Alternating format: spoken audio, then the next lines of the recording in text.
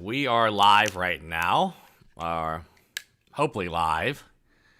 Let me know in the chat if we are live. I don't think we have a doc today, so we are going to freestyle it. We have all day to cover what I want to cover. Today, I'm going to explain what franchise churning looks like. We actually have some pretty interesting examples. One is local to me. One I order from on Uber Eats all the time, which would be Dickie's BBQ. Hey, Robert. Oh, happy Juneteenth. Happy Juneteenth, guys.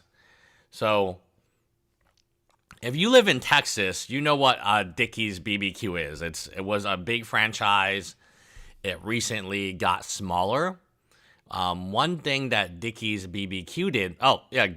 I love my monsters, Sarah and Amy. Yes, we are live. But audio and visual are good. So franchise churning is when you actually make money as a corporation, like selling and buying and taking over franchises. So your main source of revenue isn't actually the 6% that you get paid. It's either two ways you can do it. Dickie's barbecue, for example, is one way, and then Quiznos is actually the second way to do it. And you can see that Quiznos has been dropping out. So these are two franchises that have been claimed. There are many claims that they're franchise churning. So in Dickie's is a barbecue place, and Dickie's, they just sue you. So, like, if you do anything wrong, they sue you, and then they take over your business. So that should sound a little bit familiar. So they're not the only ones with this. So Bricks and Minifigs is not the only ones with this strategy of, hey, we're going to cause a lot of trouble for you, and then we'll take over your franchise and rescue it.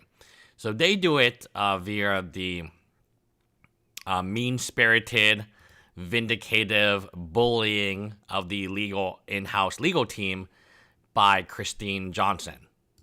So Christine Johnson now has a legal team of 4 full-time attorneys, very similar to how Bricks and Minifigs CEO Amin uses the individuals, the Denton law firm. Denton, he has free lawyers. It seems like those free lawyers are attached to everything. And they bully and harass the Dickie's franchise owners until the bullying and the harassment get to a point, right? Yes, Mark, I don't need to, I don't know why we have to, I don't have a script today, but, like, guys, like, can you not, like, say stupid stuff all the time? Like, Jesus Christ, like, come on, guys. I literally made a video. Guys, did you find out? Did you see that Reddit found Ben's lawyers? What? It's like, yes, you idiots. I made a video about it last night.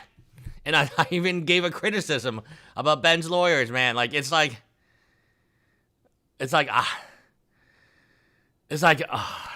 I'm ahead of you. Mark, let me say this. There's very likely almost no information that you have that I haven't had already.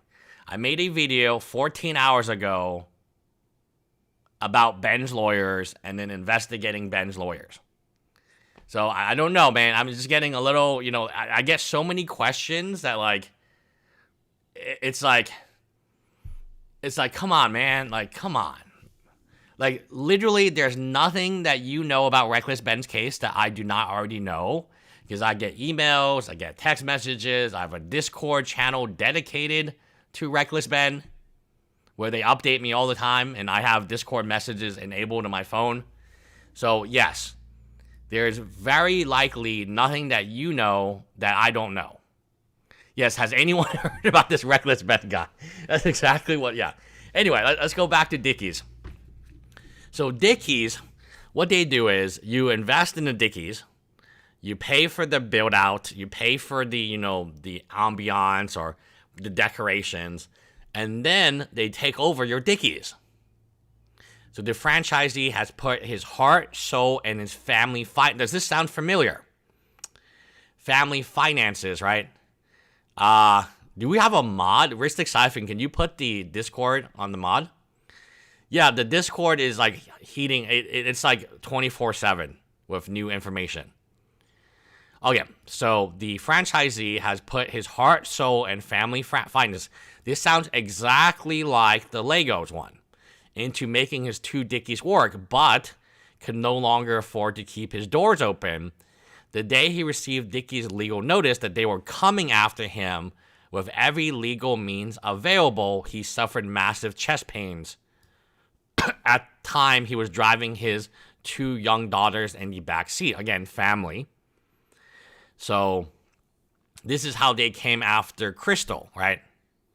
Crystal.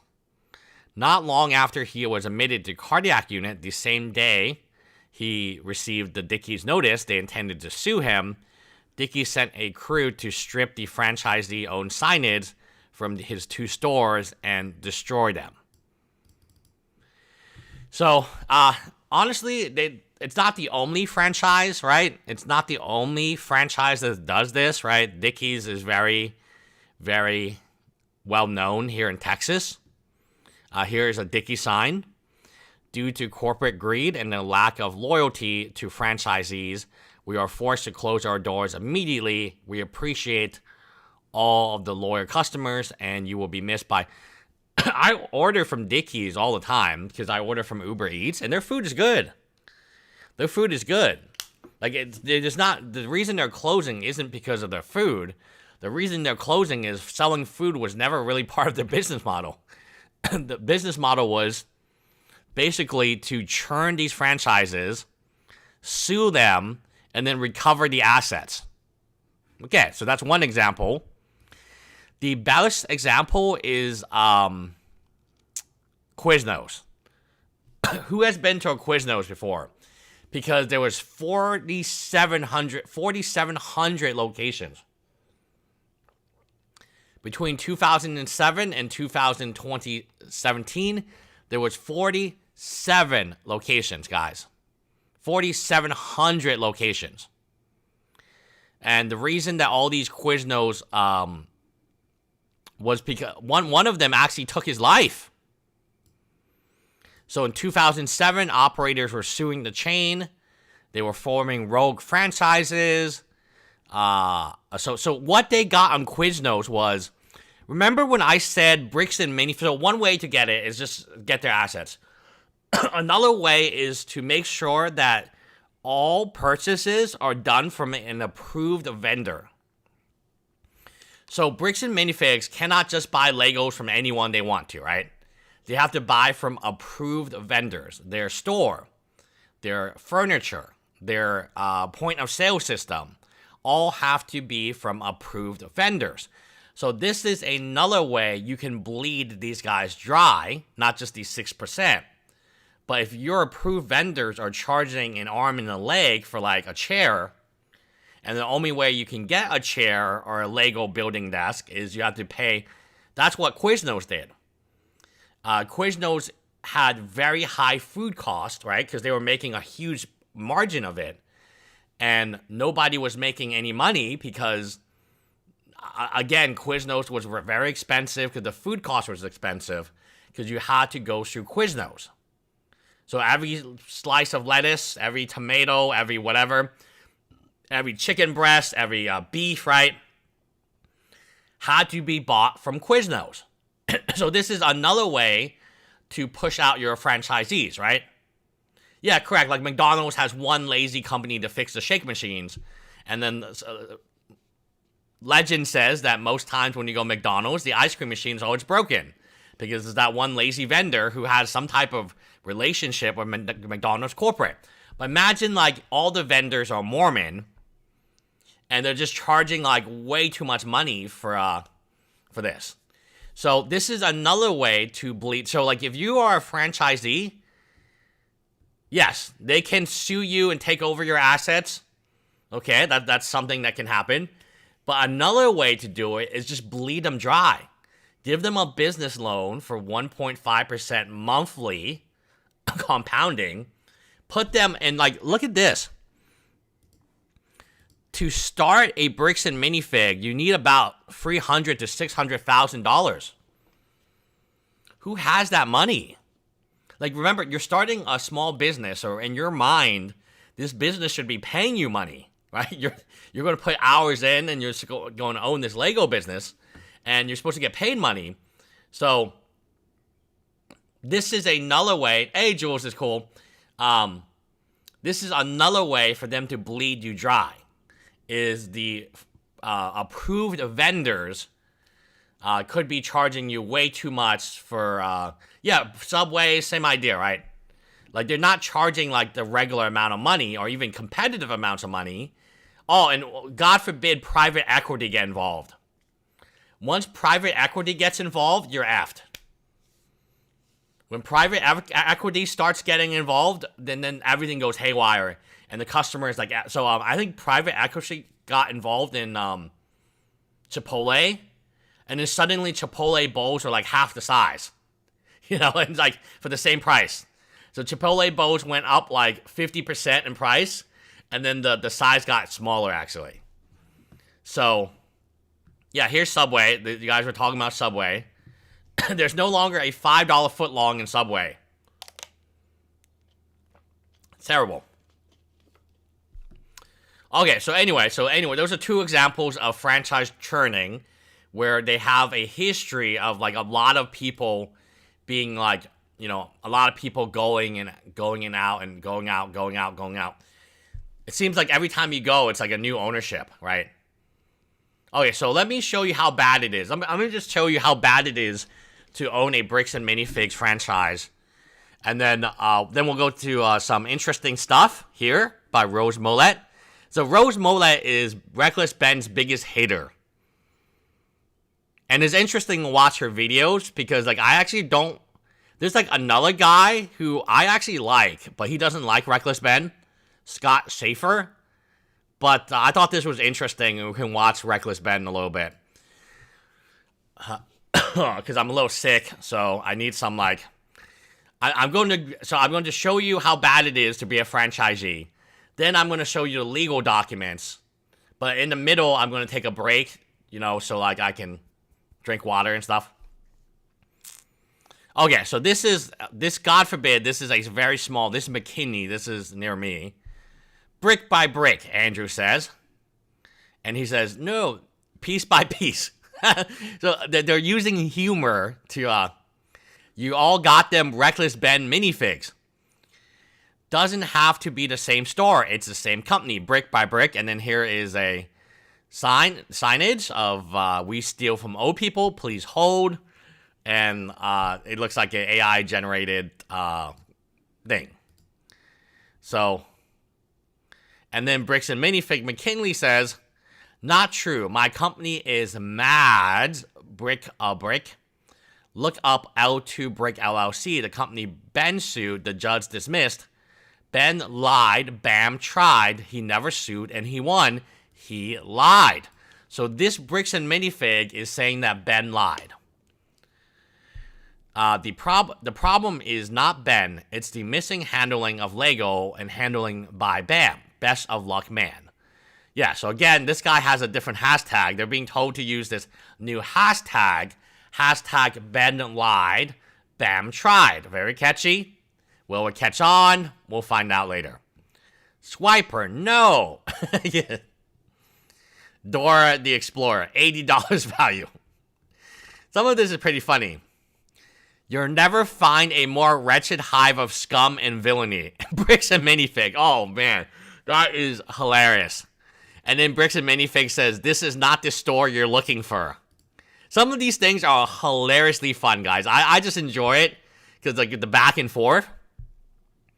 It's unfortunate you're going to have to go down with the corporate ship. AI did that. I didn't catch it. Well done. Not going to happen. We do not make those mistakes. We do not lie. Our customers are our friends and family, and we treat them with accordingly. And we never do consignment. We never do consignment. Again, a very interesting statement to make. Because the whole problem with the other... I think consignment is very silly to do, right? I think there should just be a policy that, like, nobody does consignment. And nobody does layaway. Right? I think when you do consignment, it's only inviting trouble. And when you do layaway, it's only really inviting trouble. Thanks, but I do not rely on luck, and numbers tell a different story. We will be fine when the truth comes in court. So they're waiting for court. So they think that Reckless Ben is going to go to jail, and the Salem, the Crystal, and Ben Gorman will lose in court. But how long does court take? Again, they're fighting back now. So a change has happened. Before, all the bricks and minifigs, maybe like even 4 days ago, they had all their comments like deleted, or all their comments like no comments. Now they're all fighting back, right? So I think this is very, very interesting. I've done the deep dive. Not only are all Ben's videos, but all of CoffeeZilla's coverage. I have all the public documents, all the photos and videos of the store. Bottom line, the truth will come out in court. And then he's promoting this hashtag again. Hashtag Ben lied, Bam tried. So they're promoting this hashtag again. Almost everyone is getting the bricks and minifig story wrong. Ben sued L2 Bricks, a company that dissolved in 2021 before the consignment, and all those cases were dismissed. He lied. He did not sue and win. Bam has been asking Brian to come to the table for years, but still nothing. Brian needs to come out. Why is no one interviewing him? Ball is in his court. Check out this coverage. This is our friend Scott Savener, which we'll get to later. This is our good friend Scott Savener, which we'll put here. We'll get to him later. Oh, yeah, this is what they're saying about gag order. You can't say anything anymore because there is a gag order. The thing you're missing is that we are only here not because of a court case, but how a large corporation has wielded its power to try to silence this. They have lied constantly. It's not good for business. They could have made things right for the customer, but they chose the wrong path consistently, which I agree. Like, they had many opportunities to, like, turn the ship around. It's kind of like the Titanic. Wow, there's an iceberg. Should we drive into the iceberg? And, you know, like, well, the iceberg doesn't look that big. Maybe we just drive into it and we'll kind of push it away. And it's like, no, underneath, like, the little bit of ice is, like, a huge chunk of ice, right? That's just how ice works. So, like, it's like, we had plenty of time to, like, turn the boat around or, you know, swerve or apologize. Literally give the Legos back. That's all they really wanted. Surely you could have just gave the Legos back, right? But no, they decided, like, full speed ahead. So not only are they, like, drifting to the iceberg, they're, like, full speed ahead. and that, yeah, so, like, this is very incompetent. The ship has sailed for this corporation. Yeah, exactly. It's a ship. It's the Titanic. Oh, anti-you. $20. Thank you. Beyond the 3 to 4 contractual exit options you discussed in your other video. Okay, thank you for watching my other video. Not everyone does that. Well, there are other ways out of a BAM franchise agreement, such as bankruptcy or claim of fraud. Yes, it depends on states. So some states, you're just utterly screwed. And California, because contract, so that contract is really, really good. 400 pages, ironclad, yada, yada.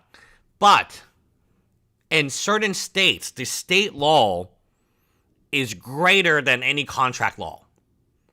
So in a state law, for instance, in California, they can say you can't have a provision like this. You cannot force arbitration to Utah County. The problem here is the same problem. Actually, I'm going to show you what the problem is. And the problem, I can show you very clearly what the problem is. This is Crystal. So let me tell you what this is. This is Crystal. This is Crystal Store, Bath, Salem, Crystal Law, and Benjamin. They are in. There's, and then this is the Dentons, right? The Dentons are back with a W.M. Kelly Denton. They want to sue, but they cannot sue. What happens is they signed a contract that says they have to do arbitration in Utah County. Now, Utah County is 82 to 88% Mormon.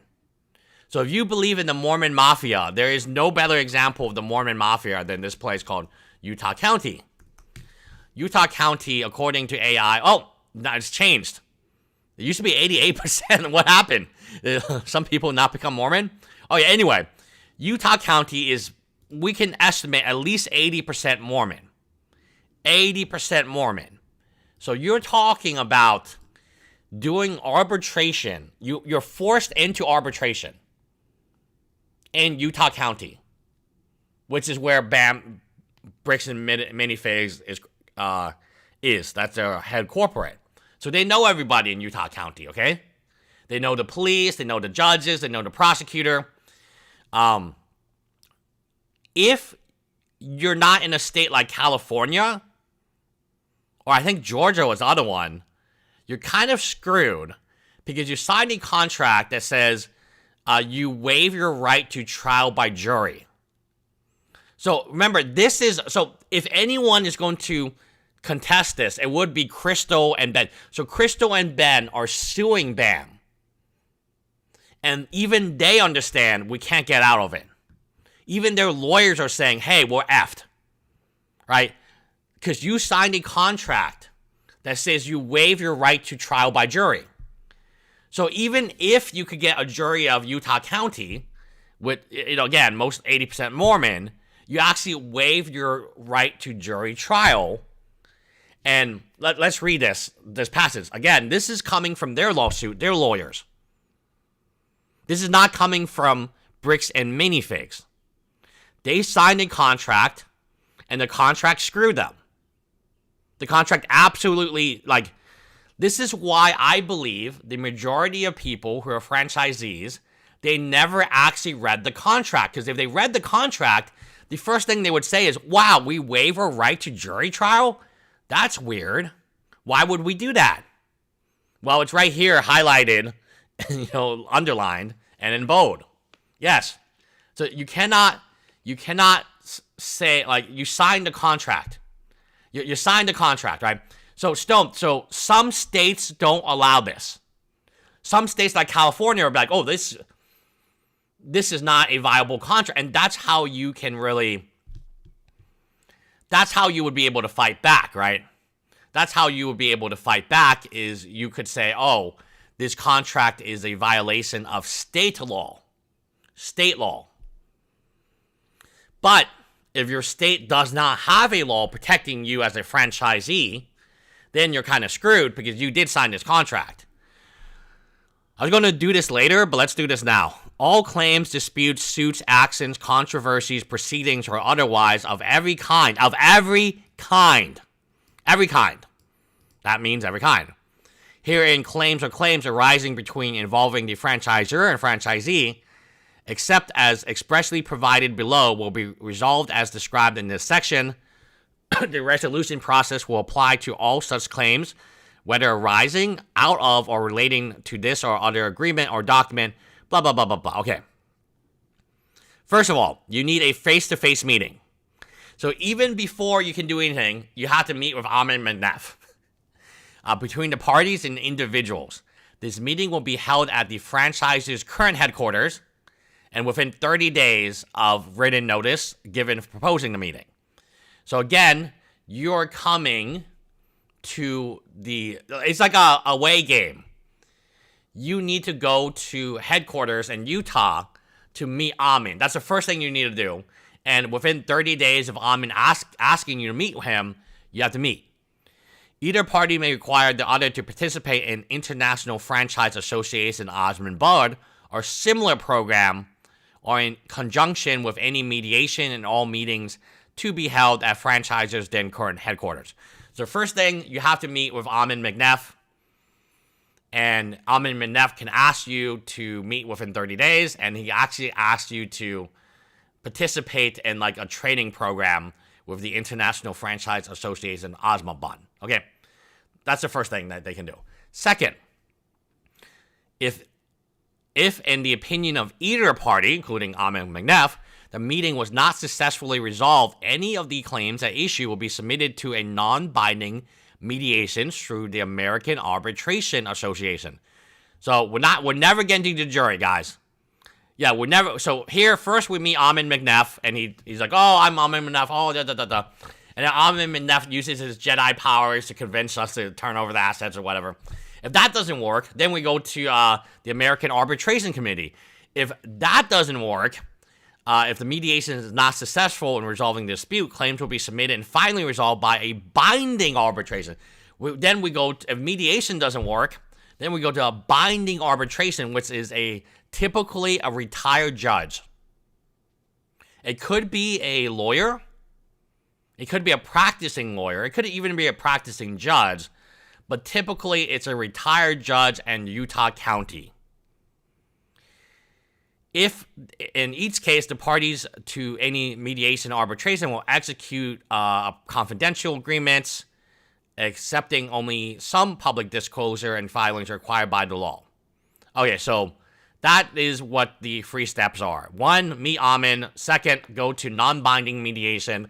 3rd, go to binding arbitration, all in our local Utah County. So they have no chance of winning, these guys. Like, they're just not going to win. What can you say? They signed a contract. Right? They signed a contract. So unless their state prohibits this, and unless their state says that you are entitled to a right to jury, then they've actually waived their right. And again, this is literally the plaintiffs. This is not don't think this is the reverse. The defendants is BAM franchising. So here, Crystal Law, Benjamin Gorman, they basically admit, hey, we signed a contract, and that's what the contract says. Yeah, they're trapped, right? They're trapped. Brick by brick, piece by piece. The guy didn't like that. Here is and they have the McDonald's one back. So again, they're having fun with it, but it's obvious to everybody, right? It's obvious to everybody that yes, the bricks and minifigs are digging in, and they have to support corporate to survive. There's no way they cannot support corporate and survive, right? Hey, Billy. Billy has a Lego store, so Billy knows a lot, and we're trying to get Billy to do a live with us sometime. $4.99, sign a deal with the devil when they could have literally opened Bob's Bricks for the cost of an LLC, last month rent and inventory, no fees. Yeah, absolutely. I mean, when you look at like how much money they're charging now, they charge $40,000.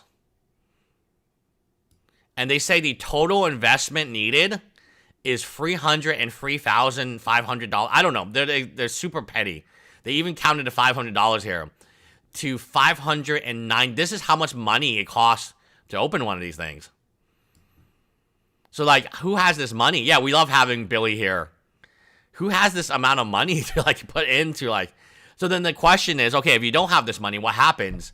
The answer is you go into debt. You go into debt. Yeah? And you know who's collecting all the debt?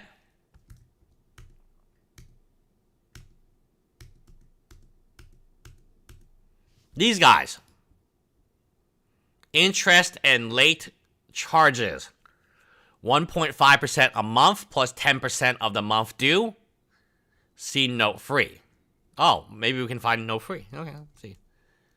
Note free. Oh, no free. Okay, here we go. Perfect. We found it. Interest and late charge. Okay, this is kind of weird. I don't know. Interest and late charges begin to accrue from the due date of payment. You must also pay any damages, expenses, collection cost, and reasonable attorney fee. Oh, geez. This is where they really get you. Attorney fees. We incur when you do not make the required payments. Interest and late charges will not exceed limits imposed by applicable law. Yes. So some laws called usury laws in different states mean that interest cannot get above a certain amount of money. But they're going to charge you the maximal amount of interest. And if they need to collect, so collection, this is kind of the really devastating part. You know, if you watch these shows about people being collected on, the collection cost is actually part of what they're trying to collect. So let's say you owe BAM $100. Well, they seek collection on you, and they hire an attorney. Suddenly, that $100 is now like $20,000. And you're like, what happened here? I only owed $100. Well, we had to pay collection. We had to pay an attorney. We had to take you to court. And then we collected interest on all of this stuff, right? So, like, truly, what is not maybe more scary than the 1.5% interest is this part here. Any damages, expenses, collection costs, and reasonable attorney fees. Those could be way more than the interest rate or even the initial owed amount of money. So, yeah.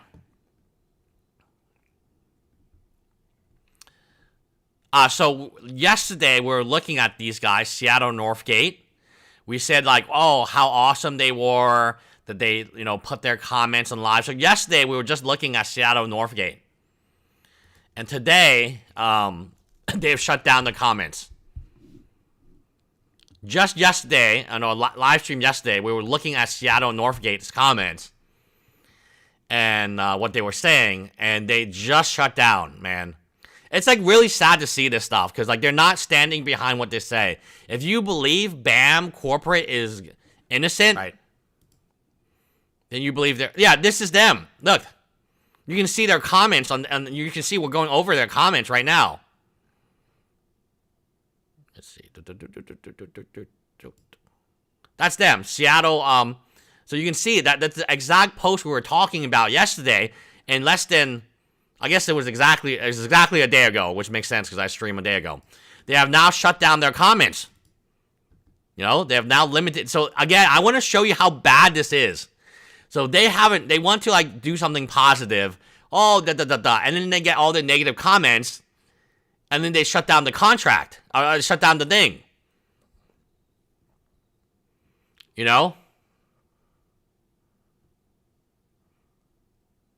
Like, it's not good. Here's the POW one we saw yesterday. It's still open.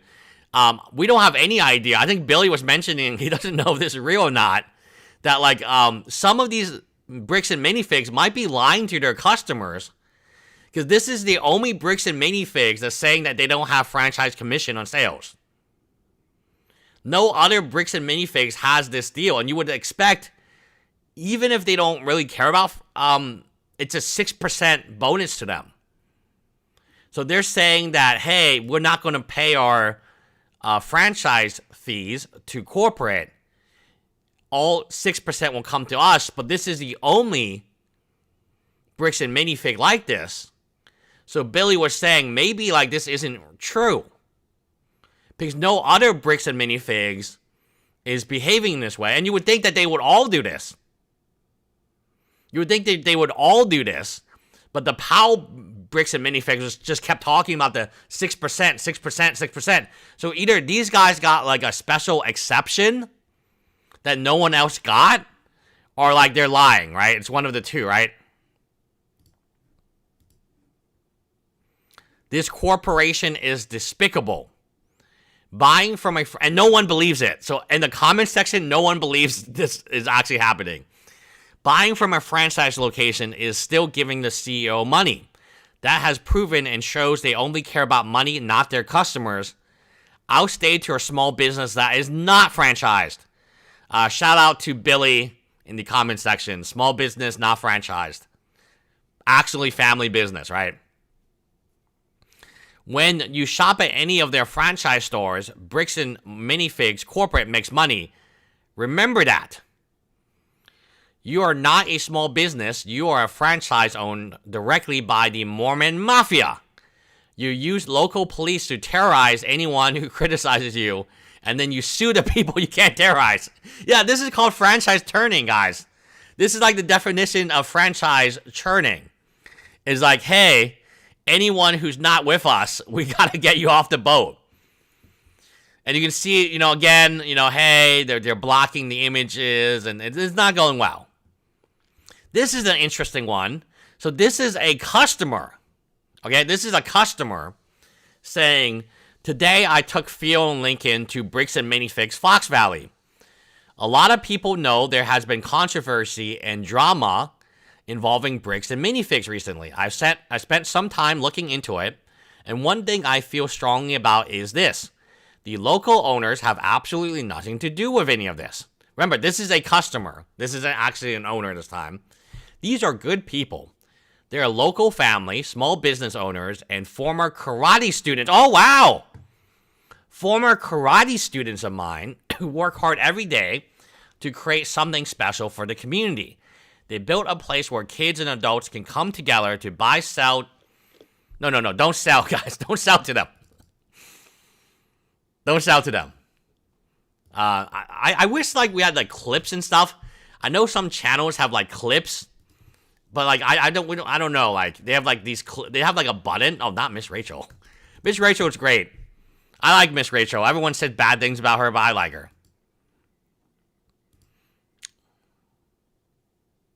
All right, so they're not the same though. It's still a Chrome. Yeah, but it's different versions though. I can show you on mine. I don't know. It has the side things though. That one's not fake. Yeah. You say it's fake? I don't think it's real. Okay. Cool. Well. Our figures. Store. Yeah, I don't want that one. Okay, cool. Have a good night. So to recap, store number 1 offered us in cash 18% of the true value of our figures. Store number 2 offered 6%. Oh, God. Imagine you take Pokemon cards or Magic cards. I mean, whatever your hobby is, maybe not Legos, right? Whatever your hobby is, and you take it to your local, store, and they offer you 6% of the eBay value, right? The eBay value after fees on the take-home value. I mean, I don't know. I don't know who would offer 6%. I don't know how this is even a real thing, but it is. How can you go to a store that is selling Legos and they offer you 6%? And it doesn't get, he went to 4 different stores and it doesn't get too much better. The last store literally steals his $1,000 Lego. Store number 3 offered 19%, and store number 4 offered 10%. I want a clip of this. I don't know, how I can do that. I see, people have, these things. We gotta, I think Alex is coming to visit me. If he is, I'm gonna take him to, a store, a Best Buy, and I'm okay, here's my credit card. Buy me everything I need. Because I want to play the clip over and over again. I don't want to keep finding the clip, right? It takes a long time. I don't really have the patience. But this has got to be hilarious. I want this clip forever. And whenever, there's, a low ball, I'm going to play the clip. I want, a button where I can play the clip. No, but I don't want it clipped. I want it, a button. I see that people have those funny buttons they can press, right? Where I just press a button, and then it plays this little thing here. Because I think this is hilarious. Okay, anyway. So you're going to sell your Legos to these guys. You're going to sell these Legos to these guys. Oh, God. And 6% is only good if they didn't steal your Lego to begin with. My boys absolutely love going there. Probably because they don't know they're getting ripped off. Unfortunately, I heard they're receiving they've been receiving hate mail, threats, and angry messages from people who are directing their frustration at the wrong target. That's not right. Whatever opinions people may have about situations happening elsewhere, the family running our local store doesn't deserve to be caught in the crossfire. If you are a Lego fan, if you believe in supporting local business, or if you've ever enjoyed taking your kids somewhere that sparks imagination and creativity, I would encourage you to continue supporting them. We're fortunate to have a place like this right in the Fox Valley. When my boys want Legos, this is the first place we'll be going to. Small businesses are made up of real people, real families, real communities. Let's support the good ones. Okay. Let's take a look. First comment. Just make sure to teach your kids you're buying stolen product while you're at it. It's like the black market, but with the law on your side. When my boys want Legos, this is where we're going first. Why not Scheels in Appleton, or the Brick Spot in Green Bay, or any other major retailers that sell Legos?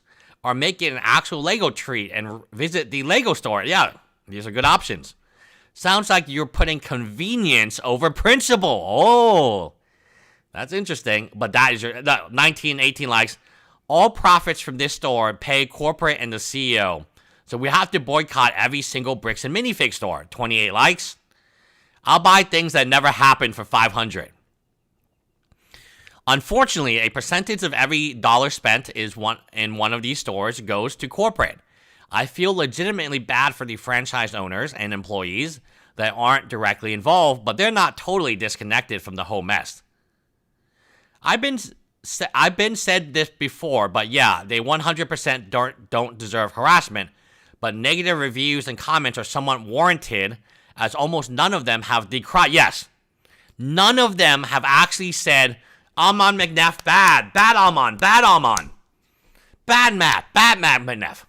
All of them have just at best, they have just closed down for a while. But not a single one of them has spoken, which is crazy to me. Hey guys, what about this? What if one of these stores is like, hey, we hate what Amon McNeff does, we stand with Ben. Would you then, and then they would say, okay, even though we're going to donate 6 to 7% to corporate because we have to, what we're going to do is we'll donate another 6 to 7% from our own money to Reckless Ben's GoFundMe, or, Brian Menzel's GoFundMe. Yeah, so I talked to, so if you guys, I actually appreciate you guys watch my videos. So thank you for watching my videos. I talked to 2 different store owners. One store owner said his sales was down 25%, and the other store owner said his sales was down 35%. So I kind of averaged it out and got this number here. So I know these store owners because previously I owned a Pokemon/Lego store for 8 years. So many of these same people who are opening these stores now, and I can tell you, these are very recent. They signed, so the contract is 10 years. I don't know if you guys know this. The contract is 10 years. So when you sign a contract with them and you don't know what you're signing because it's almost 400 pages long, so it's 393 pages long, guys. 393 pages long. You sign this contract with them. It's a 10-year contract. I don't think people understand. Look. It is at least a 10-year contract. It can be a 12-year contract, I guess. People don't understand this. They didn't read it. The initial term of the franchisee agreement is equal to the initial term of your accepted location lease, but not less than 10 years. That means at least 10 years or more than 12. So it's between 10 and 12 years. So you signed a contract with them. You're locked in for 10 to 12 years, and there's very little you can do. Once you sign this contract, as Crystal and Ben Gorman find out, I mean, like I told you, there's almost nothing these guys can do. Look, to get out of the contract. Look, to even dispute, not even to get out of the contract, just to have like a basic, hey, I don't like my decoration. I want to buy from IKEA. This is what they have to do. They have to go to Ahmed McNeff in person. So they have to visit Ahmed McNeff. Ahmed McNeff is a very, slimy guy. He might be able to Jedi mind trick you. First, we have to have a face-to-face meeting between Ahmed McNeff and you. And it will happen at headquarters. Our headquarters in Utah County. And if we want to, we can make you participate in something called International Franchise Association Osbuzman, or similar program, which are approved by the vendor. If somehow that doesn't convince you to, stop what you're doing, then we can have you go to a non-binding mediation. All of this costs money, by the way. This is not free. Guys, this is not free. You're paying your money to do this. We can have you do a non-binding mediation. Okay, cool. That didn't work. Well, now we can do a binding arbitration. At no point in time are you going to get your trial by jury because you waived it. It says right here, waiver of rights to trial by jury, etc. So a jury of your peers, even if you had a jury of your peers, it would be of Utah County. But you're not even going to get that far, man. You signed a 10-year lease, a 10-year deal, maybe 12 years. I don't know. And now you're locked in for 10 years. So yeah, it is. You can't make this shit up, guys. Yeah, prison. Prison most times isn't. You can murder a person and not be in prison for 10 years nowadays, right? You can't get out of this. Look, you gotta meet Ahmed McNeff, and he's gonna, and then you have to do a training program. Then you do all of this costs a shit ton of money, by the way. All of this costs a lot of money. I've been through arbitration and mediation. We're talking about I'm trying to remember how much non-binding arbitration, which is number 2, cost us as a whole.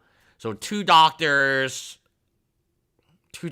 me, 4 doctors and me. We split the cost, and I think it was $2,500 a person for one day. So it was like, hold on, it was like $15,000 for one day. One day.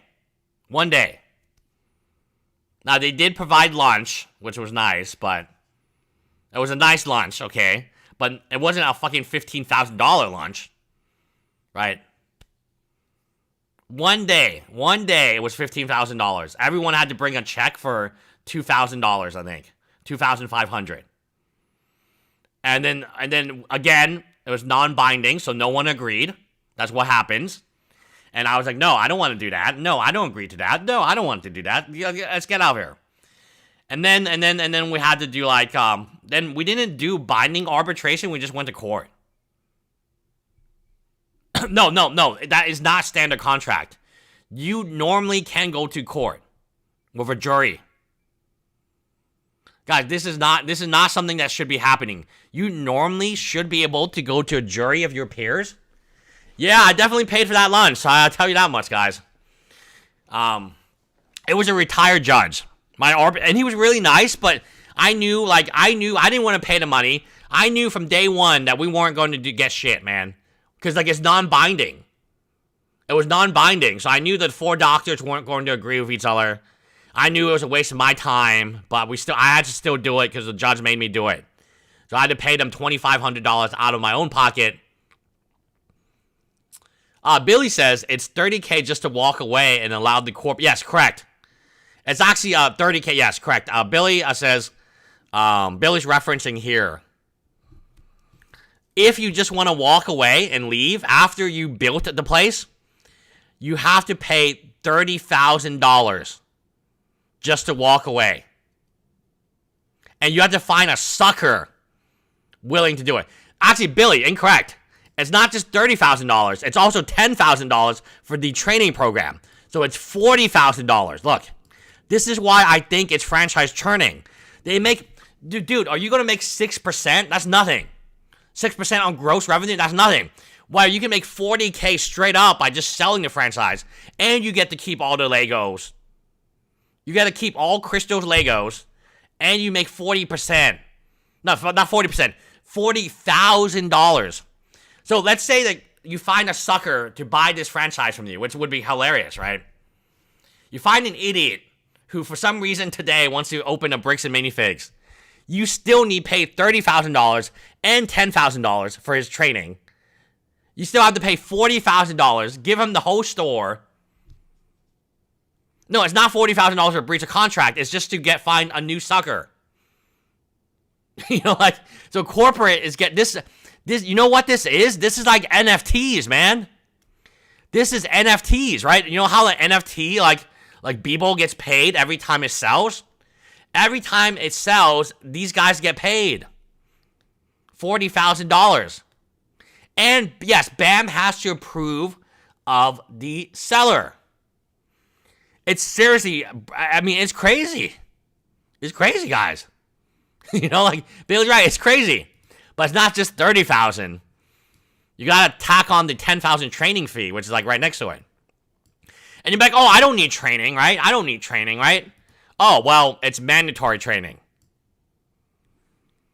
6% of the average BAM franchise yearly revenue, $500,000, is $30,000. Franchise fees are not a business. Churn, yes. You make more money selling one of these or you know, kicking a crystal out because you also get all the assets. You also get all the assets too. So they also get all the assets. Like in this document, we'll go over this a little. I probably need a little break. I've been going an hour strong. So we'll watch some of this video. I'll drink some water and we'll get a break. Do you believe everything you read on social media? First of all, that would never hold up in a court thing. I've never talked to a lawyer about a video. I know what you're thinking. You saw the title and you're getting ready to dislike the video. However, I will not be defending Bricks and Minifigs in this video. Instead, I will be arguing that Ben is a reckless man who is actually sabotaging his own legal case and ruining innocent people's lives in the process. Let's go through the evidence. You guys have some of his Legos, I think, and he told me to come here and see if I could pick them up. Who's your friend? I think they're Brian's Legos. It's like a big like Star Wars collection set, I think. You could go ahead and leave now. Over here, he cuts out a critical 12 seconds. Who's your friend? I think they're Brian's Legos. And it's very clear that the 12 seconds he cuts out is leading her to this reaction. If this guy just gave the Legos back, you have no video. Yeah, like he's like, I'll give the Legos back. Roach kind of sitting there like, we had so many funny ideas for this that I guess now we're just not gonna be able to do. But luckily he didn't give the Legos back. Well, I'm not harassing you. So this is Go film. Don't mess with Roach kind of sitting there like, we had so many funny ideas. So this is like the only video that I found is like hating Reckless Ben. I thought since Reckless Ben now has criminal defendants, we could criminal defense attorneys. So Reckless Ben officially has criminal defense attorneys right now. So we could just play this video. And then get the audience to be on your side because it is for a good cause. Like, does he not realize that all this shit's gonna come out in court? And all this does is it gives these scumbags at Bricks and Minifigs a better case. How many times have you been asked to leave? Was there a reason you're asking me to leave? You need to leave. I've asked you to leave. You need to leave. You need to. I've asked you how many times to leave. I've been asking to leave. Eventually. Wait, the dude cuts off this sentence right before she's about to explain just how long he's been in the store pestering her. Like, this is important piece of context. If we look at the timestamps, she tells him to leave the store at 2:27. 15 minutes later, he is still in the store. I think you guys would prefer the easy way. The hard way, I don't think you guys are really gonna like it. No, okay. But we're getting back either way, so it's like That's Ahmed McNeff. Ahmed McNeff at BAM headquarters. He's trying to decide, should I do the easy way or the hard way? He decided the hard way. you can either Look, at this point in time, Ahmed can just say, you know what, we're sorry, we're going to make it right, and then he would get good PR. This is the point in time where Ahmed could have prevented all what would happen next. If you come back here, we will call the cops. we don't right now. So in this shot, he intentionally zooms in to hide the timer on screen. The reason he hides the timer is there's about 15 seconds where he explains what the hard way is. After telling him what the hard way is, that is when he threatens to call the cops on him. What the hard way is, we don't know. But the CEO took that as a threat. What we then get is another cut that jumps 13 minutes in time without giving us the proper context of these conversations. So you don't want to do the easy way? So you're threatening me. What you are doing right now is illegal. It's an extortion. Okay, you can ask the legal, please.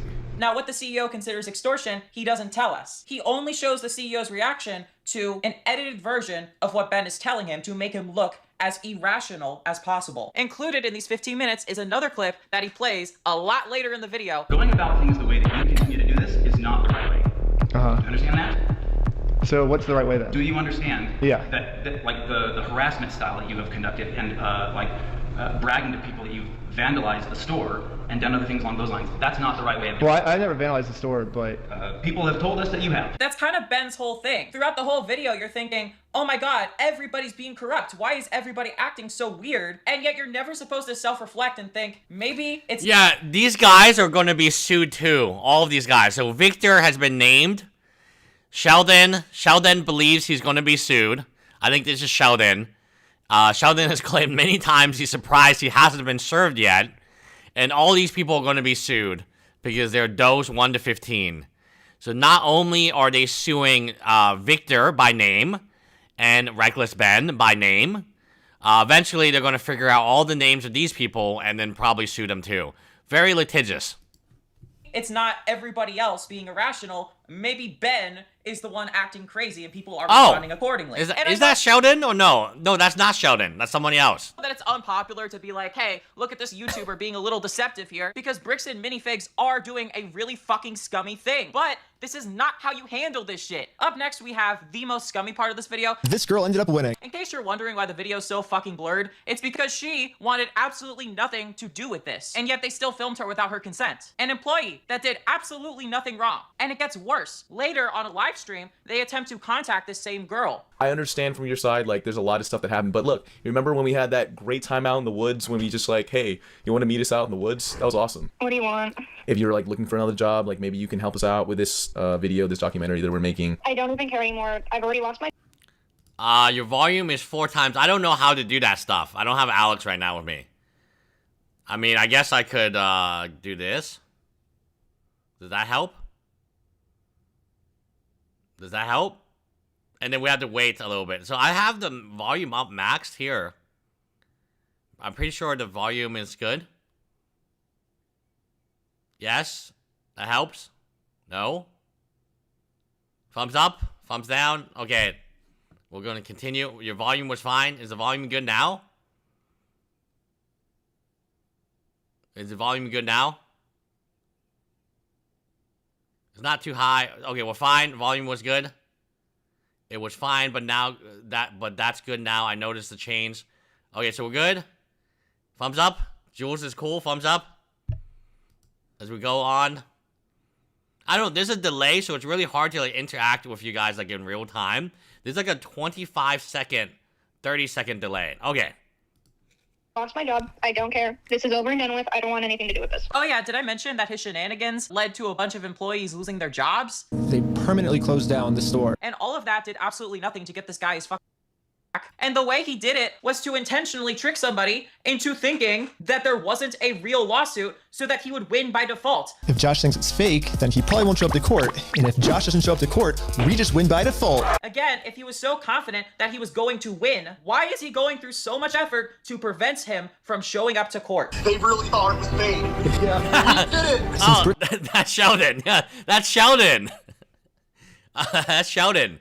I think Sheldon has a page, a GoFundMe now, does he? His name is Sheldon Norcost. We'll give him a shout out. I like Sheldon. We watch his videos a lot. Sheldon is like, he's like the, cross. Okay, so this is Sheldon. Oh yeah, we started GoFundMe. Okay, we'll watch Sheldon's video, a little later. Oh, this is, well, okay, we'll watch Sheldon. So Sheldon has, I guess it's been a while because we've been live streaming other stuff. But we'll watch Sheldon's video. Yeah, rest in peace, Oliver Tree. Oliver Tree, You know, he's a weirdo for weirdos, which is something that is desperately needed. But we'll watch Sheldon. Okay, well, shout out to Sheldon. Okay, so I'm taking like a break now, and then we'll go back to the legal stuff, so I can like, because it's been an hour. Respond. Looks like we win by default. And by the way, he's lying about the result. Okay, we have an update about that. It has been dismissed. Because Ben is trying to trick you into thinking that these are real legal tactics. It's just obviously a goofy satire contest, but not in a real way, in a satire way. A lot of things I do are satire. I guess you haven't found out by now, but I involve a lot of satire in like my work. But this satire has real life. Yeah, shout out to Sheldon's GoFundMe. I cannot click on it for some reason. Okay, I'm trying to click on it. I cannot click on the link. Oh, it doesn't have the H in front of it, Red Pirates. So I can't click on it. Consequences. And I know you don't give a shit about it, and you just want to like make a living, okay. right? I feel like you're pretty much the only person in it of accusing Ben of lying. You're probably in the wrong. Yeah, laughable. Yeah, so like, I understand because I know Scott. And Scott is the other guy who's saying this. Scott has commented on my videos. I've commented on Scott's videos. I like Scott. But yes, he is a contrarian. So if everyone says, let's vote for X, Scott will be like, but why? Why not vote for Y? You know, even if Y is like, you know, some terrible, like, even Y is like Brixton Minifigs, right? Like Almond McNaff, right? Billy says, Crystal's location was circling the drain before the takeover. Just consider her lack of up-to-date payments to Ben's family. Yeah, absolutely. And sketchy 100 layaway deals. We are still trying to get Crystal to do a live stream with us. Crystal is only choosing to do live streams on friendly channels. I think we would have much more critical questions. We would actually even have like maybe even bring Billy in. Maybe we could bring Billy in because he owns a store now. There are a lot of questions I have for Crystal. I understand why everyone wants to support Crystal, but there are a lot of accounting issues, marketing issues, store issues, inventory issues, point of sales issues that I think. So if you want more information, oh, thank you, Red Hat Pie. Oh, this is his GoFundMe. Yeah, Justice for Sheldon and Friends. This is Sheldon Norcross. I'll make a donation later today, or I don't have my credit card on me. But yeah, we'll donate to him live, probably tomorrow if we go live stream. I'll figure out a way. But yeah, Sheldon really needs money. He's like almost homeless, according to Sheldon. Alright, so go back to watch the video, and then we'll... I want to be left alone is what I would like to be. I'm done with this. I want to be left alone. Yes, so I agree. It's not a crime that she was overwhelmed. It's not a crime to do layaway. It's not a crime to do consignment. It's not a crime to be overwhelmed. I absolutely agree. Why are you upset? Because I lost my job. What can we do to help you out? I loved my job, and I understand that the corporation is shitty as fuck, but I loved my job, and I loved everyone that was involved in the job, specifically the customers and my No, Crystal has appeared on literally like everyone's channel but mine. And we've asked Crystal dozens of times, right? We've contacted Ben Gorman, her husband, who seems more interactive. Let me just point this out, guys. I want to make sure you guys understand. Crystal has been on literally everyone else's live stream that has asked, including channels much smaller than ours, but she refuses to be on our live stream.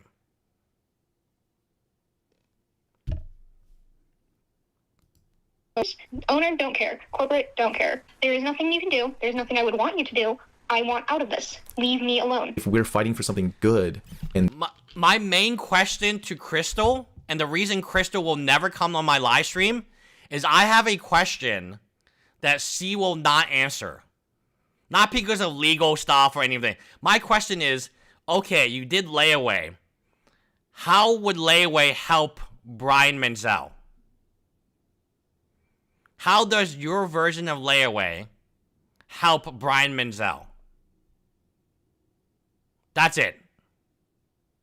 That's the one question I would ask. Brian Menzel is generous enough to give you time, as much time as you need, it looks like. He consigns, according to you, $200,000 of Legos with you. You use it as marketing. You use it. How does layaway help Brian Menzel in any way, right? Nothing about that lot needed to be on layaway. It's insane. You're consigning a product for a customer. Why would you then extend? Yes, it's an extension of the risk. Layaway is risk. Yes, Billy's right. Billy owns a store. He doesn't do layaway. He doesn't do consignment. He used to do layaway, but his layaway percentages were different. No. It's not about being good or bad at business, guys. Right? It's about common sense. So what I think her explanation will be is she can't put all the figures, right? She can't put all the figures for display. So that was the defense that they're using on the subreddit. She cannot display all the figures because the collection is so big. We had this guy on, and he told, like, if you cannot sell the figures, find someone, sell it online. My second question would be, why can't you sell it online? What is preventing you from selling it online? We had this guy in our chat, Interfexus. Infexus says, thank you for the $10. That's a good point. I can answer the layaway question because he had an abundance of duplicates, so most of the layaway was not taking away from the limited shelf space. She mentioned that on Lego Law Life, I think. Thank you for the $10, Infexus. I'm going to counter and say we had this dude online. Yeah, thank you for the support. We had this guy. He told us that had, and I believe him. I absolutely believe what he told us. We had him in chat one night talking about Legos. He told us that he could have took that collection, all $200,000 of it, and sold it in 2 days. Yeah, in fact, that's correct. Yes, so I agree with you. That definitely doesn't mean she could not have done more, though. Not experienced. So that's where my question lies to you. Why didn't she sell it online? This guy was able to sell, I think he bought, what, like $18,000? He paid 70% for the duplicates and storage. He was able to sell that in 2 hours, he said. 2 hours.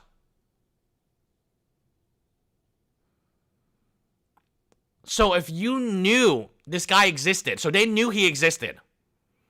If you knew this guy existed and you're Crystal and you want what's best for Ben, I give this guy the collection. I make my 65%. I sell it to this guy for 70%. And we're done. Laughable Larry says, I know these questions make her look bad, but I think she just simply didn't think about it that much. Goes back to her being a bad star. Again, yes, I think you guys are correct. I think both Laughable Larry and Fexus is correct. I don't, and this is my idea. They didn't, this guy does not have a bricks and minifig store, okay? They're not targeting this guy here. Billy says our retail is about 1,000 square feet. If any of you bought me a 200K set, I would be stacking those boxes floor to ceiling. It doesn't hold up from the photos of her store being so empty. So again, there's a lot of questions. Crystal's never going to answer them because no one is ever going to ask her those questions. We are the only channel that will ask those questions to her face.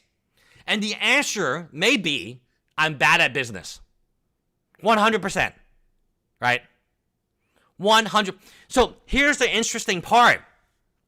Brian sells his collection at 70% to this guy. And they were duplicates, okay? They were duplicates, right? So this guy's in play.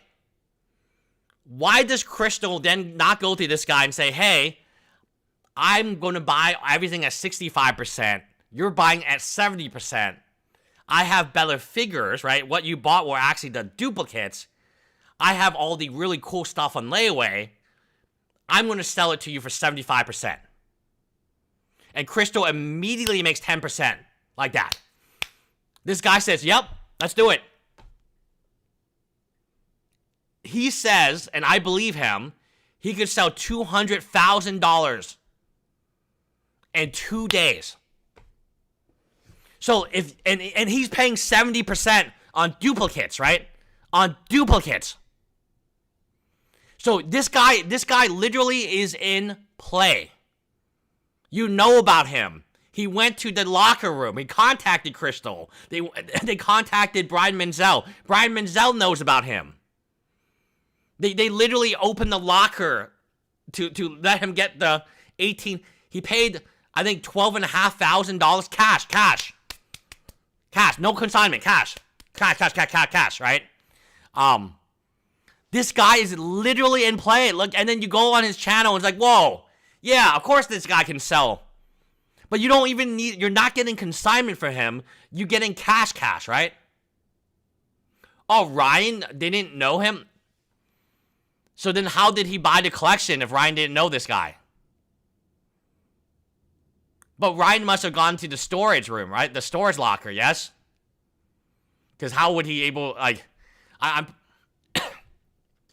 Look, the questions that people are afraid to ask Crystal, A, what the hell is going on with layaway? You know? Like, B, why didn't you just sell it online? Right? Okay, so let me add. Okay, so he didn't sell it online because she wanted a foot traffic. How is the foot traffic going to help Brian Menzel?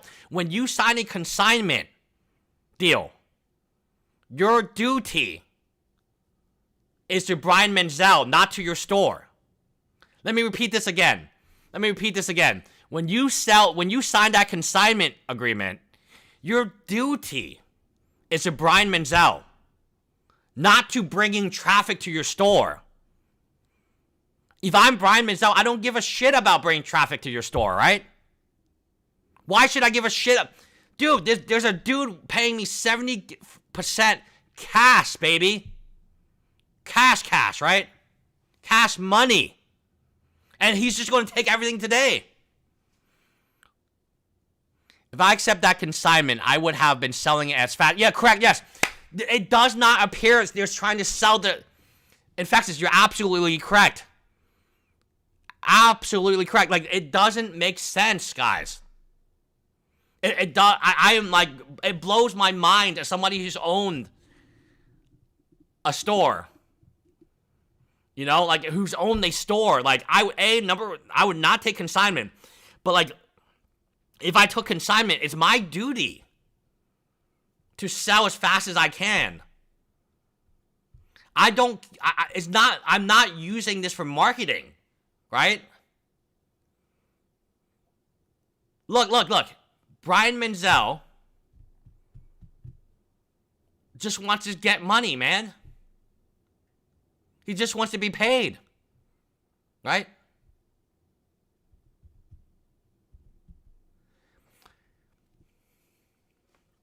Look, I understand she wants store traffic. But we literally have a guy. Who's like, hey, I can flip this in 2 days. And I'll pay you cash for it. There must be more of him. M&R is probably not the only one. Right? There's got to be other Lego guys. Did you not reach out to these Lego guys? Oh, and thank you for the $5, Infexus. The real reason is he was just a manager and thought owning the store was a good idea. She admitted, yeah, okay, so the backstory is the store used to be owned by someone else. She was a manager, and the guy wanted to leave, and then she was like, oh, well, I really want to own a Bricks and Minifigs. So she went to corporate, and corporate sold her.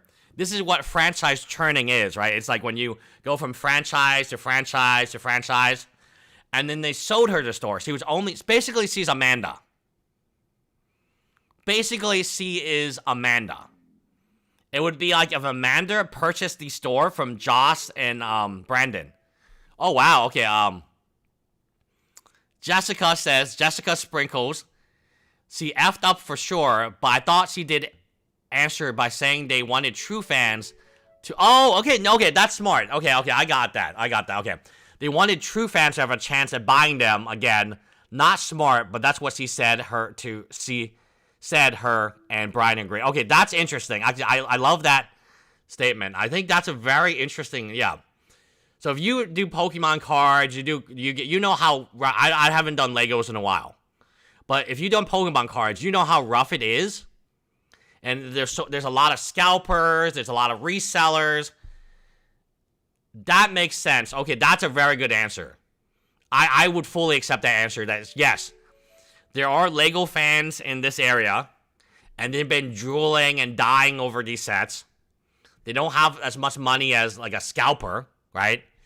Yeah, I get it. Maybe what she's preventing is scalpers. In her mind, that like she doesn't want it to go to a reseller to just flip, on. So M&R, he's a reseller. We had him in chat, and he said he doesn't keep any of it. So when he bought the extra duplicates, he sold it all. So I had made the assumption he was like cherry picking the best ones and so on. No, he bought whatever was in storage, then he sold it all because he's a reseller. So in his mind, he's just trying to make profit off Whatnot.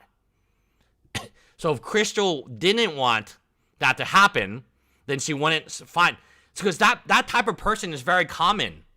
Like, I can tell you right now, if I want to sell all my Pokemon cards on Whatnot, I could just post on Facebook right now, and I would get 20 Whatnot live streamers, like, eager to sell my entire collection, right? At actually 100%. They pay me 100% because they're selling on Whatnot for like 110, 120. That's a very good comment, Jessica. I didn't think about that. That makes sense. That makes sense.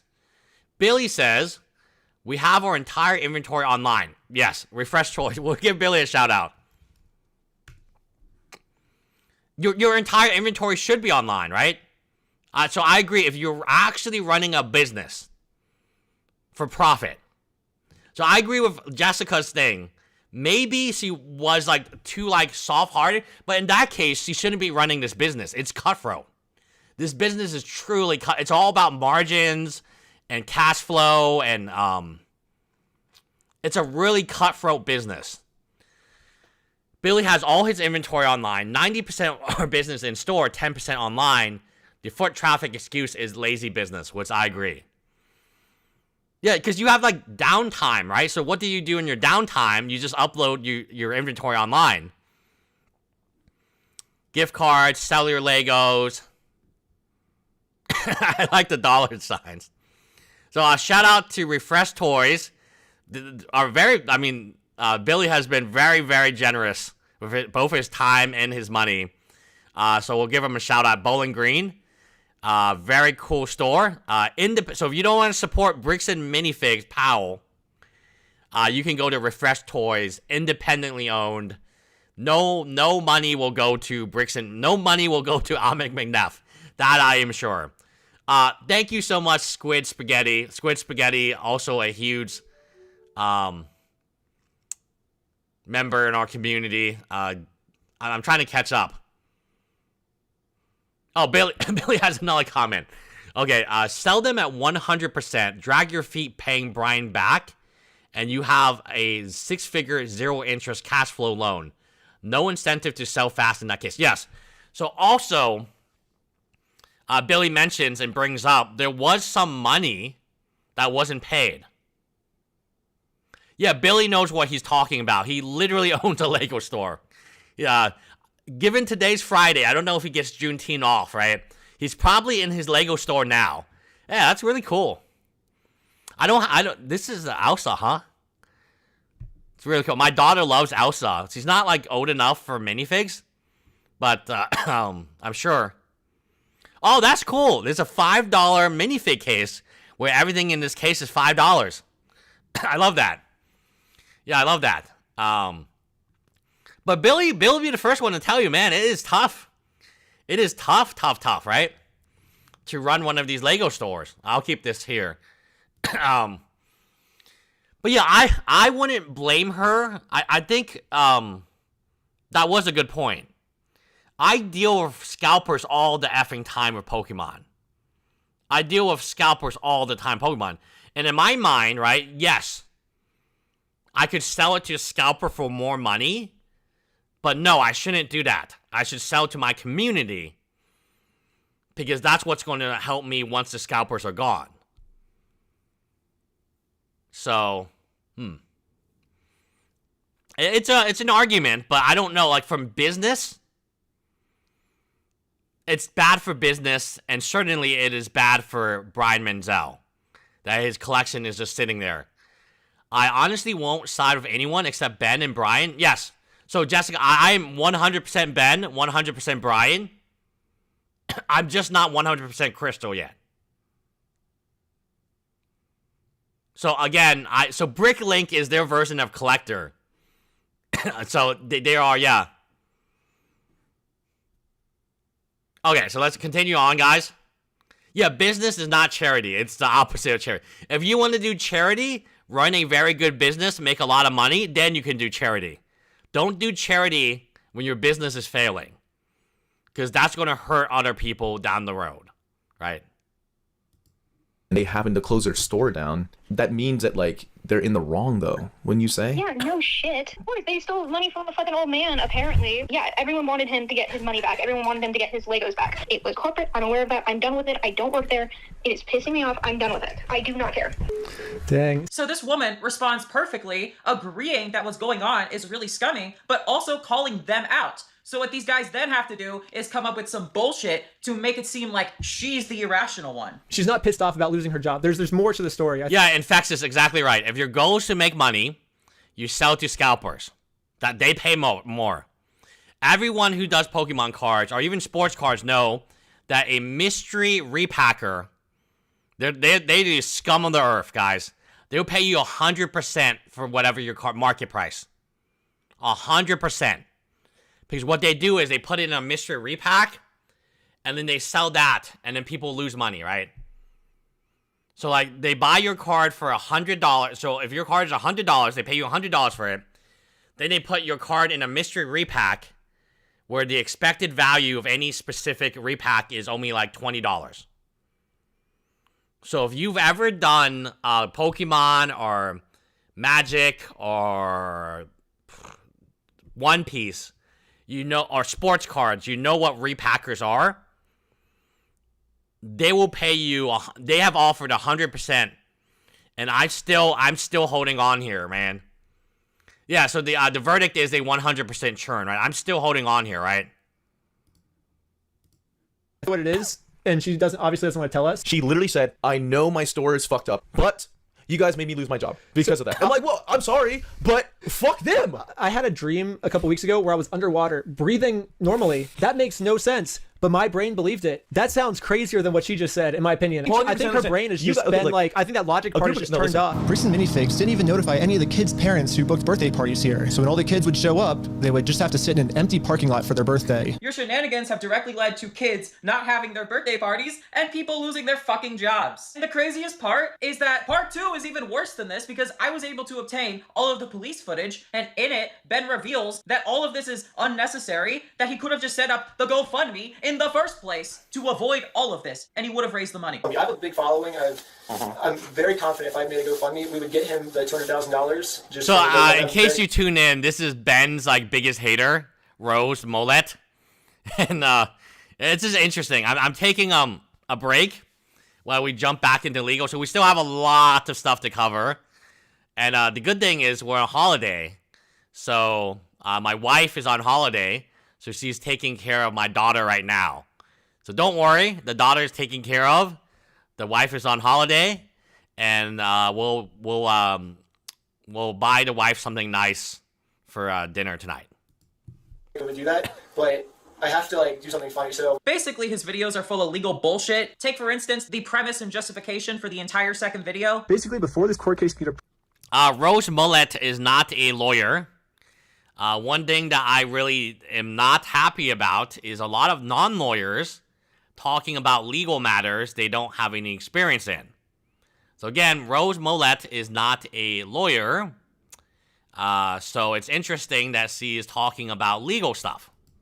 prove, I have to at least attempt to settle with Josh outside of court first. I tried calling Josh, but I'm blocked. I'm sorry. Oh, man. So my only option left is to travel to his house to have this conversation in person. It is literally illegal to send the papers yourself. Here is a list of all of the options in Utah. Oh, no, the wife is not having a holiday right now. No, our toddler is a menace.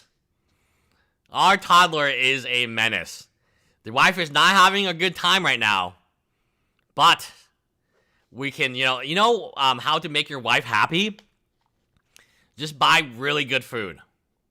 Right? And then they will forgive you.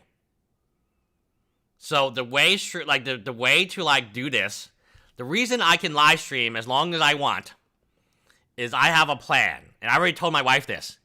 As soon as the live stream is over, I'll go on Uber Eats and we'll order whatever you want on Uber Eats. And she wants bubble tea. She loves bubble tea, but she wants a really expensive bubble tea from like downtown, right? So the what's it called? The normal bubble tea isn't good enough. She wants the bubble tea that's really expensive, like gongcha. It's called gongcha. And that bubble tea will have like cake. Like really nice cake, right? Oh yes, Red Pirate said happy Father's Day weekend to all the dads out there this Sunday. Yeah, Jules is like, yes, I'll make Alex happy with pizza and chicken sandwich. It works probably the reverse way too, right?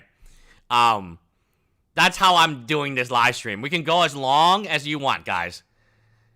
Oh, thank you, Infectious. $10 for your wife's dinner. I'm not rich, but this content is. Infectious, thank you so much. Every dollar really does help us, right? I'm trying to create a team of people. But I can tell you, everyone who I want to hire on the team, I'm going to give a percentage. Just like it's like the reverse, right? I'm like the Bricks and Minifig, and I'm giving like a percentage of my what we make to our workers. So I'm the opposite of Bricks and Minifig. So Bricks and Minifig, they take a percentage of the gross revenue away from their, workers and franchisees. I have the different model where I think everyone I want to hire, and right now it's just Alex, but I do want to expand the team, is going to be paid a percentage of what we make a month. As well as a oh, thank you, Laughable Larry, for the $2. As well as a per hour.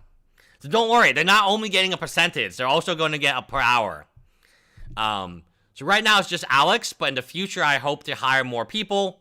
And yeah, yes, I have more free time now because we can bribe my wife for food. Offers to be served, none of which include showing up to somebody's house. And the cops even try to tell him this. Ben should not be serving his own people. Yeah, you should call. Yes, no business talk. Yes, no business talk. Yes, no business talk right now. Utah County deputy to serve him. And he's correct. I looked it up myself, and that is accurate information. I've never talked to a lawyer about a video. Oh my God. In fact, I watched over 10 hours of this footage. Set up an email so certain people can contact. We have an email. Infectious, we have an email that is official to our team. So we have a team right now, and they respond to the email, and they inform me and stuff. Billy says, imagine how community focused you can be as a business owner when you're going out of business. Yes, do not put charity before your business. If your business is really successful, you can then give back to your community. But you cannot give back to your community if your business is not successful. That's just not how it works. Because you're putting your whole inventory on layaway below market value. Yeah, that's a big yikes. Yeah, thank you guys. Yes, so we have, yes, lawunderstoodsimply@gmail.com. That is an email that I should really access, but I do not. My team access the email, so if you have any information, you want to hop on a live stream or whatever, right? You can also, go on Discord. We have a TikTok. We have a lot of stuff, right? And what happened becomes extremely clear. Ben recruited his biggest fans who would be excited to work on a video with him and took advantage of that fact to trick them into putting themselves into an unnecessary situation that guaranteed that they would get into legal trouble. I saw posts for him to help him out with his video or whatever. I've been told everything we've been doing is not illegal. Every time the cops told me to walk away and leave, I did. I've only filmed with the camera. Okay, so you're the cameraman. I said I don't want to be involved in any legal things, so. Okay. And here you are. Yeah. You doing okay? I just want to let my wife know where I'm at. Okay. And that was like a super scary experience. So I went home and I texted my mom. I'm like, I don't think I want to film this video anymore. He just posted on Instagram, hey, if anyone's in Utah. This guy. This guy folded so fast. I have a video about him. Or, Alex made a video about him. It was so funny when I watched it. So he came here looking for a date. I think I want a clip of this guy too. Can we get a clip of this guy? I mean, this guy's hilarious. Like, he lies to... Is this guy... oh, it's so clippable. Do you get paid or something for this, or what? Yeah, I get paid. You're getting charged for, like, trespassing and stuff for money? That's a bad idea is what I'm saying. This is my first time even, like, hearing about this guy on today. If you're a filmer, that's great. Go film. Don't mess with people's lives. You're going to get yourself hurt. You know what I'm saying? You're going to people's properties and doing this shit. Take this stuff as threat. If 5 people showed my front door, yelling and screaming, I would take a threat to that. So yeah, no, you're in Utah, so I would just be careful of that. No, it's a bad idea to exchange trespassing charges, a criminal record, for money. What if somebody showed up at your front door? That's how you got to look at it. You're at somebody's house right now. Yeah. Cops are going to get called. You're going to go to jail and all this shit. So at this point, Ben was already trespassed from Josh's property. If you come back and set foot on this property, you're gonna go to jail. Dude, that guy, once they sent the female police officer, it was over. There was no more fake dates. He handed over his phone. He said, I'll send you all the videos, right? Yeah, there was like zero pressure. And the guy's like, oh. And then remember, like, the funniest part was, this is the part I want to clip. Hi, when like the female police officer comes like to him, he's like, hi, I'm Ben. No, oh, not reckless Ben. You know, like, come on, guys. This guy was hilarious. God, that was so funny. Yeah, I hope, yeah, Laughable Larry, really hope Ben dropped this guy. He's a big legal liability. Yeah, imagine, like, this guy part of your team. You know, like, like, what if this was Alex? And we sent Alex to do an investigation or pick up, well, Alex actually did pick up something for us recently. He's just like, oh, it was all, Tony told me that Tony did it. Oh, and then let me hand you the phone and show all the private messages that we had. I would be quite disappointed. I would be very disappointed, right, at the result. Trespassing charges, a criminal record, for money. What if somebody showed up at your front door? That's how you got to look at it. You're at somebody's house right now. Cops are going to get called. You're going to go to jail and all this shit. So at this point, Ben was already trespassed from Josh's property. If you come back and set foot on this property, you're gonna go to jail. The police gave me a formal trespass notice. According to Utah law, the trespass also forbids him from making indirect contact. This is just gonna keep going bad for Ben. He has specific charges around this address, this person. That means he cannot have people come here on his back. Always, like, this woman right here, the server processor, always, if the police, this is some advice, legal advice, okay? This is legal advice. If the police ever pull you over, the very first thing you need to do is start recording. 100% of the time, I'm going to give you guys some advice. If the police ever pull you over for whatever reason, what you need to do is you need to start recording for your own protection. We already know that the Utah Police Department, they can redact footage. Remember? Before they accidentally uploaded all this footage, they actually redacted a ton of it. And when Reckless Ben asked, can I get the footage? They said, no, you can't get the footage, right? So you cannot rely on the body cam for the police. At any time, for any reason, they can redact it. Even if you see the red light beeping, it doesn't actually mean you will get the footage later, right? So what you need to do is you need to take out the camera and start recording. And you need to set it up to iCloud. So there is a function, I think it automatically does this. Yes, if you have your own dash cam, that probably is okay, depending on where, like, if you have a dash cam, just point it at the, point it in a general direction, right? You absolutely need to record, and you need the recording to send to iCloud.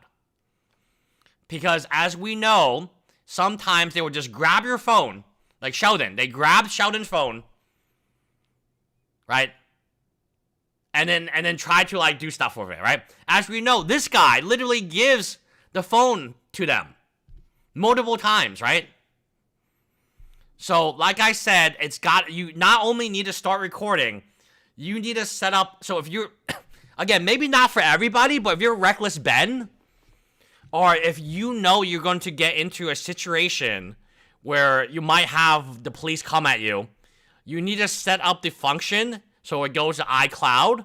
So then when you go home on, you know, you can go to your MacBook or whatever and then download the footage.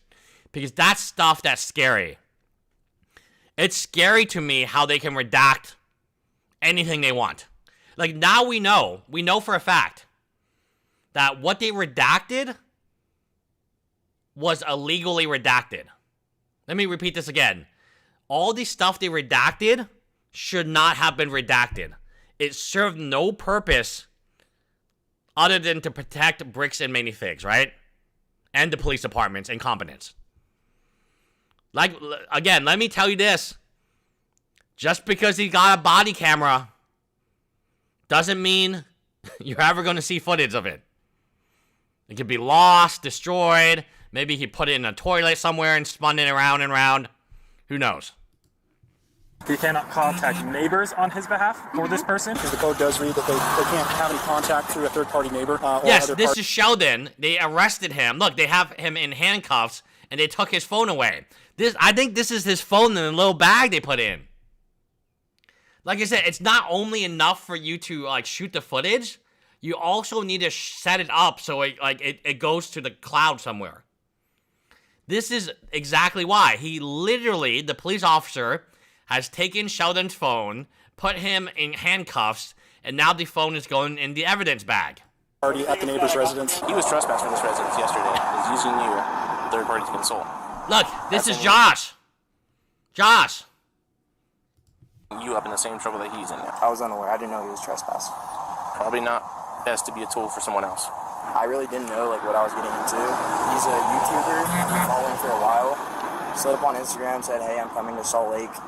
I just stood up. I said, I'm a local. And he was like, cool, are you free the week of March 9th? So if I wanted to, I could push things. But I understand you're being used by someone you don't know. He wants you trespass from the property, which means you cannot return. If you do, you will be arrested for criminal trespassing booked into the Utah. Oh, thank you, Infexus. Illegally redacting should be yeah, somebody should be punished for that. There's actually a woman who talked to Reckless Ben, and she was in charge of all the redacting.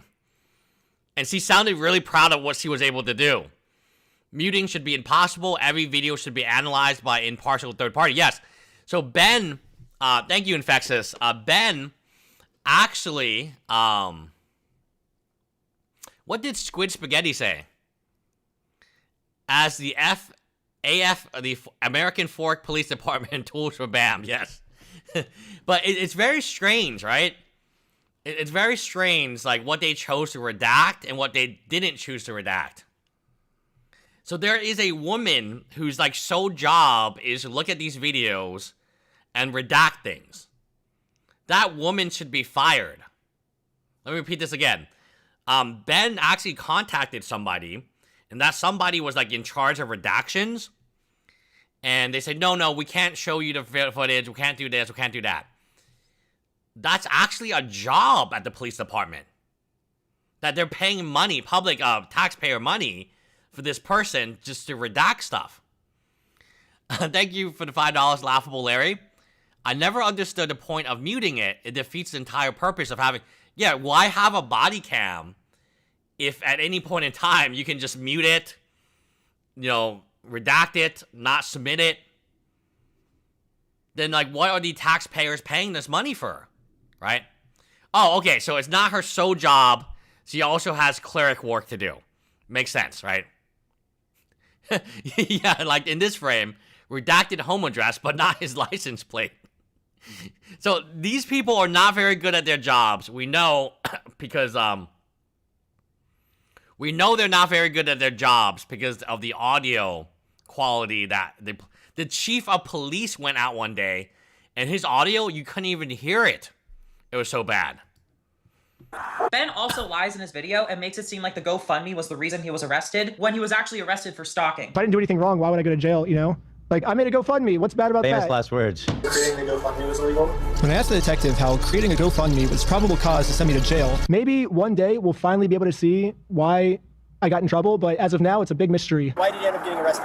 He's being arrested for criminal stalking. People are showing up at his door day and night. He has family too. You guys aren't dressed in black wearing masks, but that's been happening this week. I call the police too. Yeah, no. So I think this is the minor. So one of these individuals in this house is like not 18. So I'm pretty sure this is a minor. So they cannot show the minor. That strange man in the middle of the night knocking on my door. He's got a family. He's got kids. We don't need to be involving people's families, and money's just money, and we don't want somebody getting hurt. We don't want you guys getting hurt. We don't want him getting hurt. We don't want something turning stupid, right? You say politely, but starting off by dropping off a box with rubber ducks in it, that doesn't go over well. The thing with reckless, this whole video kind of concept, finding all of legal. So Rose's main evidence against Reckless Ben is this guy. This is Rose's main evidence, the guy who snitched like crazy. Again, the main evidence Rose has is basically a video of this guy here. Oh, jeez. That's how bad this guy was to Reckless Ben. I mean, I watched it. We made Alex made like some type of like clip something. This guy was just so bad. Like he admitted things, like he had like a trespass charge in the past. Like he openly like admitted things that no one should ever admit. You think that he's doing, legal, but I guess he had one of his friends, had that he sent a package as a fake UPS worker. Look, he's literally ratting on. Holy moly. Come on. Oh, God. If your evidence is this guy's going to flip on you. Dude, he'll flip on you so fast. Look at him. He went from, like, going on a date to, like, somebody who lives in this house to now, like, just giving out, like, entire swaths of Reckless Ben's plan. The, package was, like, a disguise, I think, as a contract. I was like, oh, you guys can't, go on my property, etc. Yeah, but do you believe everything you read on social media? First of all, that would never hold up in a court setting. Second of all... Dude, I bet you when they go to court, so thank God ABC4. Do you guys know this? ABC4 is going to give us live stream, and we'll talk about, we'll actually cover this, of Reckless Ben. So, this channel, ABC4 Utah, is going to actually, be at the trial. No joke, they're going to be at trial, and they're going to live stream the trial, I think, on their YouTube channel. I bet you this guy's, like, their police's key witness. I bet you when we see the live stream, like, all the evidence the police have is this one guy. And this guy is willing to say anything and everything. I almost am, without this guy, could you even build a case against Reckless Ben? This guy is the weak point here. Because whatever the police say, he's just going to repeat. Wait, that cop is also a judge. Hold up in court. Yeah, a lot of police officers giving legal advice they shouldn't be giving, right? So we will be very intrigued to watch the ABC live stream, which we will watch. We will watch the ABC live stream, and we will react to it. And I would not be surprised if their entire criminal case revolves around this guy as their key witness. Because that's all they got, right? You think that social media is real? No, not at all. Right, Not at so all. somebody's telling you something, is that real? No, it's not fucking real. Yeah, So it's like, 100%. and everything on social media is, boosted up and all these things. So maybe he's trying to get local people to do work for him and create this narrative. You never know, that's what I'm saying. Yeah, so no, totally, to be here and at somebody's property for a whim, somebody telling you something, I mean, that's crazy to me. Yeah. You don't know, you weren't involved in this deal, you weren't involved in any contract, you have no idea what you're talking about, even besides what he's telling you. To do all of this on a whim is crazy to me. Yeah. I mean, that's wild, that you would put yourself into harm's way, criminally, civilly. Who is this guy? I have no idea. Is he crazy? We don't know. Yeah. Does he have bombs in there? Who knows? You know what I'm saying? No. You don't even know the guy. Just know my YouTube or whatever, right? The police, does he have bombs? He could. And Ben's like, yeah, he had bombs. The police like, we don't know this guy. Does he have bombs? And the guy, and Ben's like, yeah, bombs. Come on, man. Like, whatever they tell this guy, hey, did you see Reckless Ben with some bombs? And then Ben's like, yeah. At this point in time, they're putting, like, these ideas into this Ben's ideas, right? Look at how they look at. Obviously, Ben doesn't have bombs, guys, right? But look at how the police is feeding him like this information, and look at him say, yeah, nod, yeah. Look at this. Do they have bombs? Jesus. That you would put yourself into harm's way, criminally, civilly. Who is this guy? I have no idea. Is he crazy? We don't know. Yeah. Does he have bombs in there? Who knows? You know what I'm saying? No. Does he have bombs in there? Who knows? Yeah, he definitely has bombs. You know the guy. You just know him on YouTube or whatever, right? Yeah. You just gotta think about what you're doing. Like, 100%. take yourself out of the situation and be like, is this normal? What I'm doing, and it's not. I think a part of me was just big YouTuber. Yeah. It's a YouTube I've watched for years. So it's Yeah, like, no, I get that. Like you're at Walmart making a funny video or something. You know what I'm saying? Oh, totally. It's a little bit different when you're at somebody's house. Totally. It's not like you're at Walmart making a funny video. Totally. Once you know you trespass, you come back, you will be arrested. WM. Oh, wow. Okay, so WM, thank you for the $5. If he isn't charged with anything himself, what's their leverage? Oh, WM, have you seen the video? The leverage is the female cop. They honeypotted this guy so bad. I've never seen anyone honeypotted this bad before. He got honeypotted. I have a video, but I don't want to, like, I need, like, a device where I can play the same clips over and over again. I don't know what that device is called. It's, like, called Stream Lab or something like this. But this guy got honeypotted like crazy. They brought over a female police officer, and the female police officer was like, oh, cool. Are you Reckless Ben? And he's like, no, I'm not Reckless Ben. I'm just regular Ben. He got honeypotted. Oh, yeah, the honeypot. Literally giving his phone to the... I'm not part of, like, any of the scheme. Reckless Ben paid him. Honeypotted. Honeypotted. This is a female police officer. Remember, the whole excuse was he was on a date. He was way on a date. As soon as he met the female police officer, he was like, oh, I want you to know I was not on a date. Hi, I'm Ben. He would honeypot it like an MFer, right? Holy mo, let's see if I have the honeypot. To go to Joshua's house to stalk him. Oh. Look, watch. This is the start of me and Reckless's Ben's, like, text if you want to just read. Now he's going to disclose private text message. He got honeypotted like an MFer. Okay, let's see it. Okay, let's see the honeypot. What's that? I'm Ben. Ben? Yeah, not the, like... You're not Reckless Ben. I'm just... The woman's like, you're not Reckless Ben? As if she doesn't know who Reckless Ben is. At this point, everyone in the police department has like a giant like picture of Reckless Ben like in their like office, right? Look at this. Look at this. This is hilarious. This is hilarious. This is the part that gets me. This is the part I want, like... I want that thingamajig.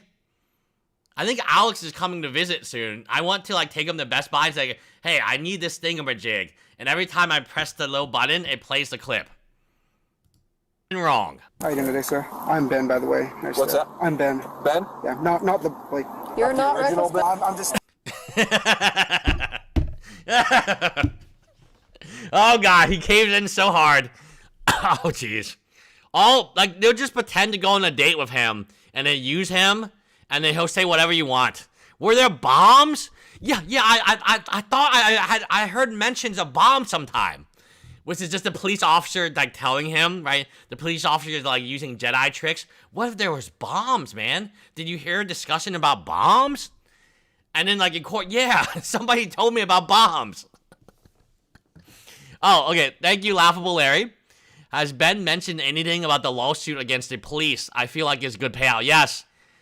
Supposedly, a civil rights lawyer on YouTube is going to be involved. But Ben has not mentioned anything about that. Yes. No, but in fact, they know what Ben looks like at this point in time. They know that this is not Reckless Ben. They know this is on a date Ben. Trying to get a date Ben. But then Ben does this bizarre thing where he tries to claim that, oh, it's because they're all Mormons and they're corrupt. The police were thinking of any technicality they could think of to protect their Mormon friends. But meanwhile, Ben is actually thanking the cops for being nice to them. I thought you guys might be like like not cool and like trying to yell. Dude, I see the videos where the cops are like, they walk up and they're all pissed off. Yeah, yeah. Well, thank you for being nice then. Yeah, dude. I mean, people video us. No, it's first because now we don't get content. I don't want to be the asshole cop, but I also have to do my job. And yeah, you're good. He literally stole this guy's phone, wrestled it out of his hand. This is Sheldon, by the way. And he's like, you good? I cool. His arms are behind his back. What do you want us to do? Yeah, his name is On a Date Ben. That's his name from now on. And we'll have like a little keyboard where like every time like it's something funny, somebody's getting honeypotted, we'll press like the button and it'll play his, yes, the many faces of Ben, WM. And every time we need like oh, honeypot, and we press like, you know, the button. Like, they're saying, wow, the police is so nice. Like, they literally took the guy's phone and have him, like, arrested. Right? They have his hands behind his back. Rose, this is not the police being nice to you. This is them being nice to the police, because otherwise the police will beat them up. Okay? I understand we want views. You guys have been super cool with us. I'm not trying to be a dick. I don't think you guys are being 100% truthful with what's going on, but we're not going to push it. I would just be careful. And then, like he said, you're trespassing from that house. Okay, the property. You can't go on that property. If you do, you'll be charged, okay? Okay, yeah, for sure. what we want is not to take people to jail. Reckless ban, whatever. We want you guys to be happy. We don't care, but we also have to look out for them. Yeah, for sure. I'm just going to be real with you guys. I want all of you out. I'm just going to talk with you. I promise none of you go to jail if you don't be stupid like him. We're going to book you back into the jail, okay, for an additional stalking charge. You're booked in on a stalking. Okay, so this is Rose's second video, which I didn't even know. Rose actually made 2 videos, because 1 video was not enough. So Rose, in her infinite wisdom, thought that her first video went so well, she had to make a second video about Reckless Ben lying. Oh, God, Rose. What was the reason behind your store closing this one? His harassment and vandalism. Yeah. The previously redacted body cam footage of Joshua has finally been released, and it questions Ben's narrative. So he's come to my house Sunday, Monday, now Tuesday. But he keeps sending people to my house. Joshua reveals that Ben tried to knock on his sister's door, who had nothing to do with this case. Then he got my sister's address and went and pounded on her door and tried to get YouTube content from her. You know what I mean? She don't know anything about it. Yeah. He's just trying to harass me. I want him for stalking. Now, Ben has tried to claim that what he has done is not stalking. So Josh Johnson, probably the worst liar in history. Like, you cannot believe anything this guy says. He's been caught lying multiple times. Infectious, Coattail Rose, just like Kumo, yeah. Coattail Rose. That's a good nickname. So, like, you cannot listen. So, like, Rose is assuming everything that Joshua says is real, which is crazy to assume. Because look at how crazy he looks. If everything he said was real, he would have already shot Ben. Remember, he made threats on Ben's life. Would cause a reasonable person to fear for their safety or suffer significant emotional distress. Because he frames Joshua as an unreasonable person. Yes, Joshua is unreasonable. He doesn't even have shoes on. Look at this. He's barefooted throughout like hours of videos. However, in the footage I'll be showing you today, it's clear that this isn't true. He's a YouTuber that this guy hired to harass us because they know they don't have a civil case. So they said, we can't sue you, we would lose. So we're going to take this in the eyes of the public and just defame and make you guys look like... Yes, Josh is very trustworthy with no shoes on or no socks on. Jerks in the public's eye. That's their whole thing. Then we finally get to hear Bricks and Minifigs' perspective on what's been going on as the CEO calls in. What's happened is we had a completely separate person. Yes, the CEO is now calling in. That person. Amin Ringneff is now calling in, where the CEO himself has been caught lying multiple times, most recently on CoffeeZilla's video, where he owned the spreadsheet. CoffeeZilla's like, why didn't you just look at the spreadsheet? Oh, we never had the spreadsheet. Coffee was like, yeah, it has your corporate name, email address. He's like, what? What? There was never a U-Haul. I have this picture of a U-Haul. What?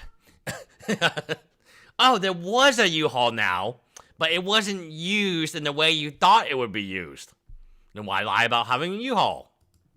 their Lego sets and didn't pay the person that paid. And the individual who actually owes the money left the United States. She abandoned the store, so she had a boyfriend and called corporate up and was like, hey, I'm moving to Scotland. So we've been trying to deal with this situation. Josh and the CEO independently both share the same series of events. That the vast majority of the collection... Okay, Rose. Josh and the CEO share the same version of events. Why would that make sense here? Rose, let's kind of consider something. Are they on the same side? Have they been talking? Is the CEO currently on speakerphone with Josh? Rose is like, wow, look, I disproved everything. How could Josh Johnson and Ahmed McNeff possibly have the same story? It is really weird. It's almost like it is the truth. Previous owner. Her agreement was to sell his Lego and pay him out if she sold it. Well, she never did that. She never paid him for it. The previous owner was the one who refused to pay, and she also violated a lot of other rules within the company. They were one of our franchisees. They were terminated as a franchisee for violating all sorts of rules. And Joshua was told to recover the store from her. I work at the corporate headquarters as well. So Ammon, the CEO, was like, hey, go rescue the Salem store. Whoa. I work at corporate headquarters as well. That was actually new information at the time it came up. Because everyone thought that Josh was just the new franchisee. But it turned out that Josh actually works at corporate, as does Brandon. So this information was brand new, because they were lying about it. By the time that Josh became the owner of the store, there were only a few sets left. So there was like 10, 15 sets that we identified that were Brian's. And we told him, you can have these sets. Joshua tried to be as cooperative as possible. These sets I identified as yours, and he won't pick them up. He won't have anything to do with it. He wants me to pay him out the $100,000. However, the person who stole the money from him had already fled the country. Well, I don't think he can get a hold of Crystal. I think she moved to Scotland. So he wants somebody to be responsible, and he thinks that should be me and Brandon. He told him, I didn't sign a contract with you. Ben, in his coverage of this, blatantly lies, trying to make it look like Joshua had the inventory. Josh is lying to the police, which we can easily verify with all of the metadata timestamps pictures that show that the Lego sets were in the store when Josh took it over. So in this video, Ben shows the 10 to 15 sets, which matches Joshua's story. Now, if you look at these photos, you can see that these 3 are duplicates of the same sets, and these 2 are duplicates of the same sets as well. He's trying to make it seem like they had more sets than they actually did. Because that other person, that other party, they went bankrupt and don't have any money.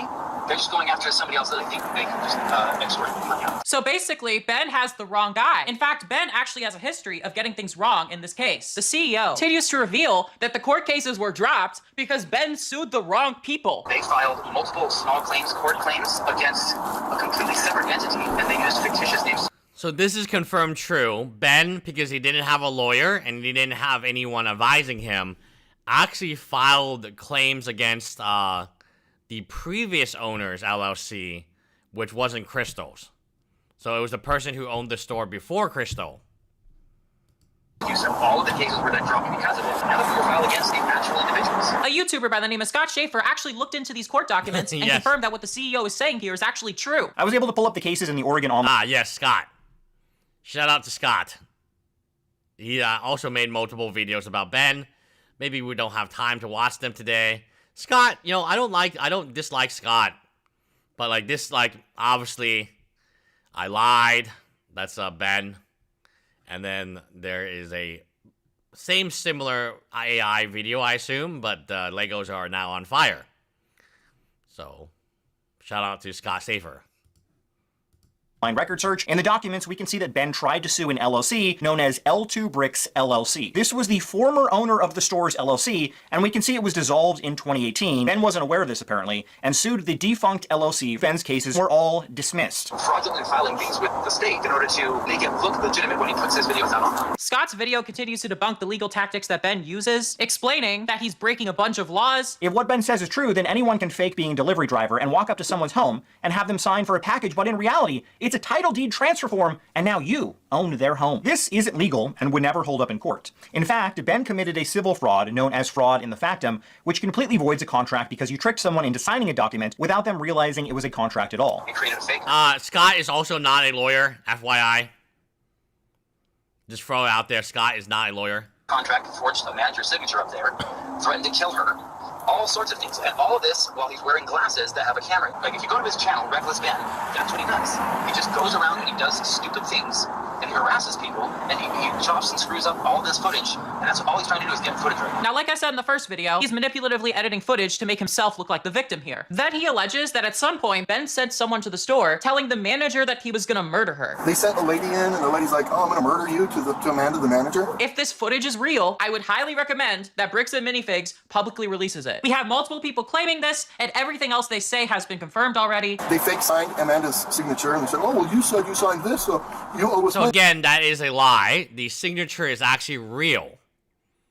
So they didn't fake sign Amanda's signature. The signature was real. What they did was they pretended they were the post office or something like that. And Amanda signed it, and then that was the contract. Start writing checks, blah, blah, blah. That's forgery, vandalism. This kid had a fake raffle, so people started coming into the store, and they're like, I won the raffle at the park. And they're like, what raffle? We're not doing a raffle. Yeah, we got a table set up. He sold shirts out on the corner. He hung signs. He called the store a billion times, threatened the employees. Now they're coming to our houses. And they went to corporate headquarters on Monday. They're using electronic communications to stalk and harass our staff. Laughable Larry says, shouldn't Aman be facing jail time for illegally trying to get Ben arrested? But somebody has to prosecute him. So the prosecutors are in Utah County. They're not going to actually, criminal prosecution is tough. You need a district attorney, or you need somebody in the prosecution's office to levy a claim against them. So, good luck. I mean, it looks like Ahmed McNeff is a pretty big figure here. So, would the prosecutor pursue this? The answer is no. Yeah, I don't think anything's going to happen, because the person who can make something happen is the prosecutor. And the prosecutor's office is already on Bricks and Minifigs' side. In fact, according to the police department, it was the prosecutor's office that demanded the videos be redacted. So it was the prosecutor's office that told the police department to redact the videos, right? Pretty aggressive, obviously trying to take pictures inside, like somebody's home. So somebody has to be arrested to show that they can't continue to do this, because it's not just harmless, knocking on somebody's door. This is stalking. This is harassment. Yeah, in fact, that's pretty funny. Aman isn't a big figure; he's a minifig. Yes, I think they should make minifigs of everybody. I think people would buy it. I think maybe they're exclusive to Bricks and Minifigs, and they just have minifigs, right? Yeah, you can civilly sue the police department, but for them to do anything criminal, you actually do need a prosecution's office to get involved. So yes, you can civilly sue them for money. You can sue the police department. You can sue the prosecution's office, right? But in terms of criminally charging Aman, it would be very difficult. The UPS drivers and getting a signature is probably going to be used for more additional fraud. Yep. And that, I think, also is a crime to pretend to be a delivery driver to obtain signature. There's so much that they're doing right now. So again, all of this is a clear escalation, and obviously any reasonable person would see this as a threat. And that's why the police became involved. In the initial call that Joshua made to the police, he makes it clear that part of the reason why he called them is because his wife and children were scared. They're walking over to the window, taking pictures inside the house, scaring my wife, scaring my kids. My family, my kids are scared. My daughter's flipping. But Josh doesn't have any proof of this, right? He doesn't have proof that people are walking to the window, scaring his wife and kid. If he did have proof, it would be very beneficial for him to upload the proof. Now, my wife is scared. What am I supposed to do? I'm trying to work. I'm on a call. She's like, I think they're coming in. I can't have them bugging my family. Just tell them to go away. I'm not going to engage with them. They're not going to get any content from me. Stop coming to my house. Every day I call you guys for 3 days in a row. They're not going to get any content from me. And literally there's hours and hours and hours of content from the unredacted footage. I do feel kind of a little bad for him, because he really hates YouTube and YouTubers. And literally he's everywhere on YouTube now. So for a guy who really hates being on YouTube, this was not the strategy not to be on YouTube. This was it's kind of like, what's it called when you try not to do something so hard? what is it called in Greek mythology, right? Where it was like a guy is trying, like there's like a prophecy, right? Where they're like, hey, you're gonna Oedipus, right? You're going to Oedipus Rex. You're going to like marry your mom. And you're like, oh, I don't want to do that, so I'm gonna do everything in my power not to marry my mom. You're gonna marry your mom and you kill your dad, right? What's that called? Fate? No, it's not called fate. It has like a terminology to it, I think. No, Streisand effect. No, it's like Odin Greek. So it's Oedipus Rex, and he knows oh, there's this like fortune about me, and I'm supposed to kill my dad, marry my mom. So I'm going to run off. I'm going to run off to a different country. Like he doesn't even know like he's been abandoned. I'm going to run off to a different country, and I'm going to do everything in my power not to do this. Brandon did it best. He's in like one video. Yes, Brandon is the smarter of the two. He's literally in one video that he didn't even know he was in, and then he's just gone, right? Yeah, maybe self-fulfilling prophecy. That sounds similar, right? But yeah, this guy he is literally trying to avoid being on. So he knows there's a danger that I'm on YouTube. And previous to the video, remember the video only has Brandon on YouTube. He's actually not in the video. He's not in the U-Haul. This guy has no reason to be in, like, he was not in the original video where Brandon kicks him out. Kicks Crystal out. So he's trying his best not to be on YouTube, but it ends up he's all over YouTube, you know? And then Brandon has a really nice house, guys. Have you guys seen Brandon's home? It has marble. It's a very nice home.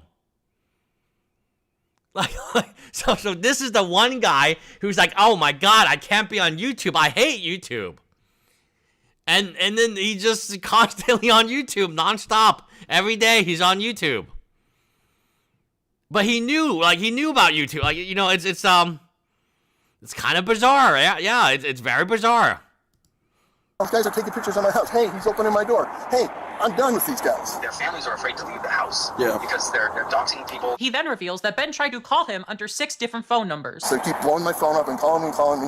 The kid stayed here for 10 minutes yesterday on my phone, pounded on my door, opening my doors, trying to handle. Now, recently, there's been a claim circulating that he threatened to shoot them. One of the dispatchers made a note here saying that you were going to shoot someone. This claim is false because he didn't even have a firearm. He was just trying to warn them not to break inside of his house because from his perspective, he doesn't know what they're going to do. I said, if they try to break into my house. So he's going to, what, stab them? That makes it better? So he's not going to shoot them. He's going to stab them with a knife. Okay. We're not engaging. I'm not answering the door. I'm not going outside. I'm just saying if they come inside, they'll have a surprise. Basically, his intention is to try to scare off Ben to ensure that he doesn't try to break into his home and disturb his wife and kids. Anyone having any kind of firearms or weapons? No, there's no firearm. I said I'm not shooting anybody. There's no firearm. I'm tired of these guys stalking me. There's no weapons. I don't have a weapon. Okay. There's no weapons. And look, the guy's been through so much. Can you honestly blame him for responding like this? Then Josh reveals that he's trying to work. Yes, we can blame him for responding like this. But the stalking has prevented him from being able to do so for the past few days. And I'm trying to work, and these guys are disrupting me. Officer, can you please help me and my family and make this stop? Yeah, absolutely. I just gotta get to work. I don't want them breaking into my house. I'm in agreement with you. We're happy to just stay in our house. They can knock on our door all they want. But when they start coming and taking pictures and scaring my family, that's not cool, man. I agree. So again, Joshua sounds completely reasonable and just wants to be left alone. His family is being... Joshua sounds completely reasonable.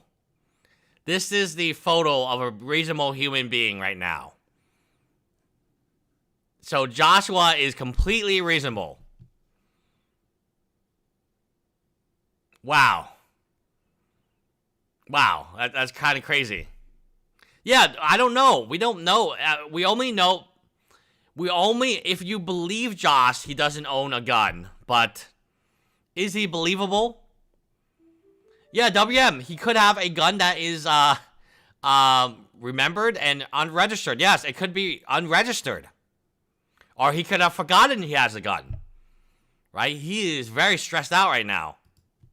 With these guys, it's not fair to them. Their mental health and their physical health is being affected by these guys. And the I think there could be, like, again, this is me with a hypothetical. So Josh and Amon are like close friends since they were like 19 and 17. They've gone on these Mormon bike rides together and so on, trying to convert people into being Mormons, and sometimes they're successful. So Josh and Amon have been friends for a long time. This Brandon guy is like kind of new. I think the idea was if there was blowback, it would actually land on Brandon, right? Because Brandon is the one taking the bird cage. Brandon's the one with the U-Haul. Brandon's the one like doing the dirty work. Josh is actually not. Brandon's the one doing the spy investigation, right? Josh is actually not involved in any of that stuff. This YouTuber is just raised. Yeah, I agree, laughable Larry, but it's interesting to watch. It gives me a little break. Josh is actually not like at the store. He's not a secret shopper. Like, all of this is Brandon. And remember, Josh, yeah, I wonder. I don't know that. I don't know that answer. Are the dispatch calls with Josh freedom of act ableable? I don't know. I think Brandon was supposed to take the fall. Yeah, it would be great to get the dispatch calls. I think that would be a video on itself. So we should try to do that, research team. So Josh and Almon are like best friends. They're like very tight. They've done everything together since childhood. Why would Almon throw Josh under the bus? I mean, Josh doesn't even own any of the franchises. The Eugene, Oregon franchise is owned by Brandon, not Josh. So, it's weird. To all this is so deceptive because, again, if you watch the full footage like I did, he's clearly wrong. Josh knows that if he goes to court with me, he's going to lose. So instead, a much easier option is he calls the police on me to prevent me from serving him. This officer would rather screen all possible charges for me to see what random stuff they can make up about me. I'm gonna go talk with him. And at this point, it seems like he's willing to make up any story he can to get us arrested before he gets served these papers. What was he arrested for? What was the charge? Criminal stalking. Criminal stalking. That's what everybody, yep. Yeah, so it doesn't exactly seem like they lied about that. It seems like all the evidence points Look at this guy. He's got Amon McNeff on the phone. Exactly in that direction. This is who I'm dealing with. This is who's freaking taking pictures of my house. You know? Would you be comfortable with this guy coming to your house and bugging your wife? This guy's Oh shit! You know who's bugging his wife? It's this guy. Oh my god! Holy fuck! Okay. This is interesting. We've made a connection that we haven't made before. You know who's bugging him? It's a guy looking for a date. It's a guy looking for a date. Guys, it's this guy. I wish I had the little doot so I could play him. The guy who's bugging him is this guy. Remember, he's like just around the corner. I'm just... This guy here. Remember? He's like taking photos and videos and he's saying, would you be comfortable with this guy here? And he probably took a picture, like, at your home. And the answer is no. He's looking for a date. He's looking for a date. 3 days in a row. He's harassing people. Anyway, this is a developing story. I'm sure there will be more updates. But for now, make sure not to believe everything you read on the internet. Okay, so we're done that video. We're making progress. Shout out to Refresh Toys in Bowling, Ohio. And Billy. Okay, let's close down this. And we're almost done. So we'll read some of this, and then we'll probably be done. It's almost 2 hours. Okay, let's read some more of this, and then we'll go to Sheldon, and then we'll conclude. Oh, hey, Jessica. Did you see the AFPD music video? Not the best, but good for a laugh. No, I have not seen the video. Let me go on. Like, I can't really play music. Music always copyright strikes us. Like, we always get copyright strike by random music. Music video. But, we can probably see it. Oh, yeah. Music video. Oh, is it this one? Will not. Oh, he had. Okay, so let me. Okay. Oh, he does. I thought these were the lyrics. But yeah, I'll give it a watch. I think it's pretty interesting that there's so much music involved. It's a no. We got copyright strike on everything, guys. We got copyright strike yesterday's video. I don't know if I can show it to you, but we did. We got copyright strike on yesterday's video. Kind of doing the same thing. So yeah. All right, anyway, let's keep reading this. Though likely they haven't due to contracts that BAM is very maliciously threatening to enforce. However, they are paying corporate and are decrying the actions as corporate just keeps making moves to make themselves look more and more evil. Even as things get more complicated and it's looking more and more like corporate isn't even the only bad guy here, they keep making choices to look like literal pure evil and endlessly unrepentant about the pure evil. Wow, this guy is really into pure evil, right? Oh, moly. Franchise owners should be talking to lawyers and setting... No, but they can't sue. They can't sue. I hear you, and I'm glad we have some common ground here. I trust and believe that the local franchise owners are doing their best to manage the situation. If they decried franchise, would you go to their store and support them during this time? I see another comment about money from each transaction going to corporate. That's part of the challenge. They need to keep making money to pay their bills and feed their family, and at the same time spend money to fight the corporation that's supposed to give them a business model and support. Reckless Ben was working on this for a while, and it took time to make progress. Many of the franchisee owners just found out this last week. I'm choosing to give some grace and time to find the best work path forward. Give the Legos back. I feel bad for the franchise owners. Corporate has shown that they don't care about them and would rather take them all down with them than to do the right thing. And now they make things worse by allowing this whole thing to drag out for years. I hope that particular store is looking into how to file a class. They can't do this, by the way. They cannot do this. Otherwise, I think they would have against corporate along with the other franchise owners so they can legally break their contract and become truly independent, which again, they cannot do. Them and their customers deserve better. Good on you for supporting them. I can't support my local BAM anymore until corporate fixes this mess. Give the Legos back. Any franchise owner not actively posting they condemn the actions of BAM and are exploring options to opt out of the franchise agreement for some sort of conduct clause is complicit. They are willing to sacrifice the freedom of a young man, that's Reckless Ben, who exposed this and the thievery to steal an older man's collection of Legos. They are protecting their interests above standing up for the blatant abuse, so they are making a decision to financially benefit themselves at their expense. Their fees pay corporate. Corporate uses the money to perpetrate lies and are not giving the family their Legos back. So are the franchisees directly involved? No. But they could band together and out. So again, this is the let's sue together. Disgusting scam of a company. So I think this is war. Okay, this is pretty extreme. Your illegal actions to steal Brian's GoFundMe. And this is all like, this is pretty interesting stuff. But let's take a look at behind the scenes. And Sheldon? I'm going to come close to them. Okay. All right. Rise and shine, boys. It's time to make peace with Amanda. We're getting the Legos back. We're getting them back, boys. It's 9 a.m., so we have an hour. So, enough time to pack up and get to the store. Get to the chopper. Let me see.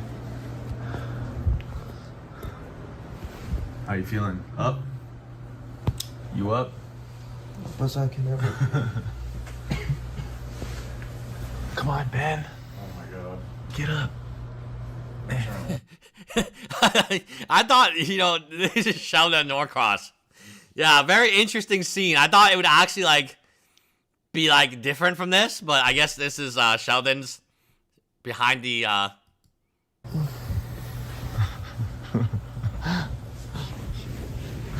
Okay, so very interesting video by Sheldon. Let's watch this video.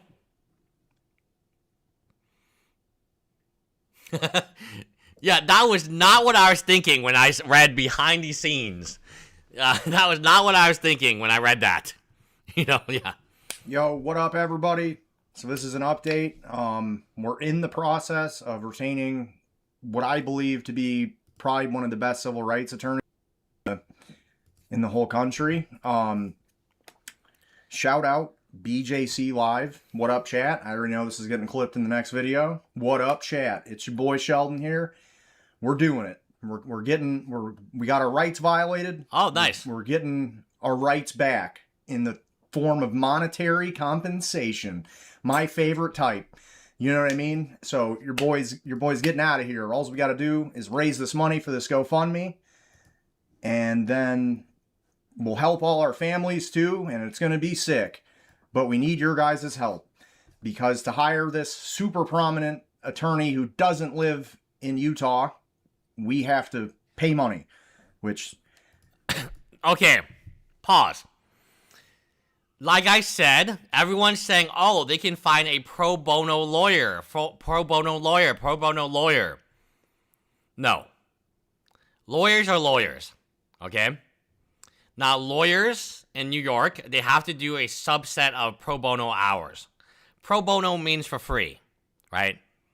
So for free. Yes, you did miss the 2 hour. We are 2 hours and 20 minutes in. There are very few lawyers who are not going to charge you an arm and a leg.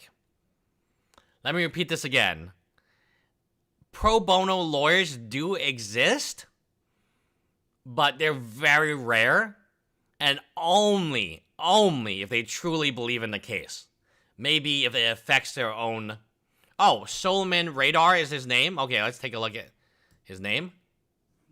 Solomon Radnar. Okay, so he is an attorney in Michigan. Is this the right guy? He's an attorney in Michigan and New Jersey. Yes, pro bono attorneys. Let me know if this is the right guy. He can practice law. And... oh, wow. He can practice law, but it doesn't say Utah. That's interesting. Okay, I don't know if this is the right guy. Let me know if this is the right guy in the,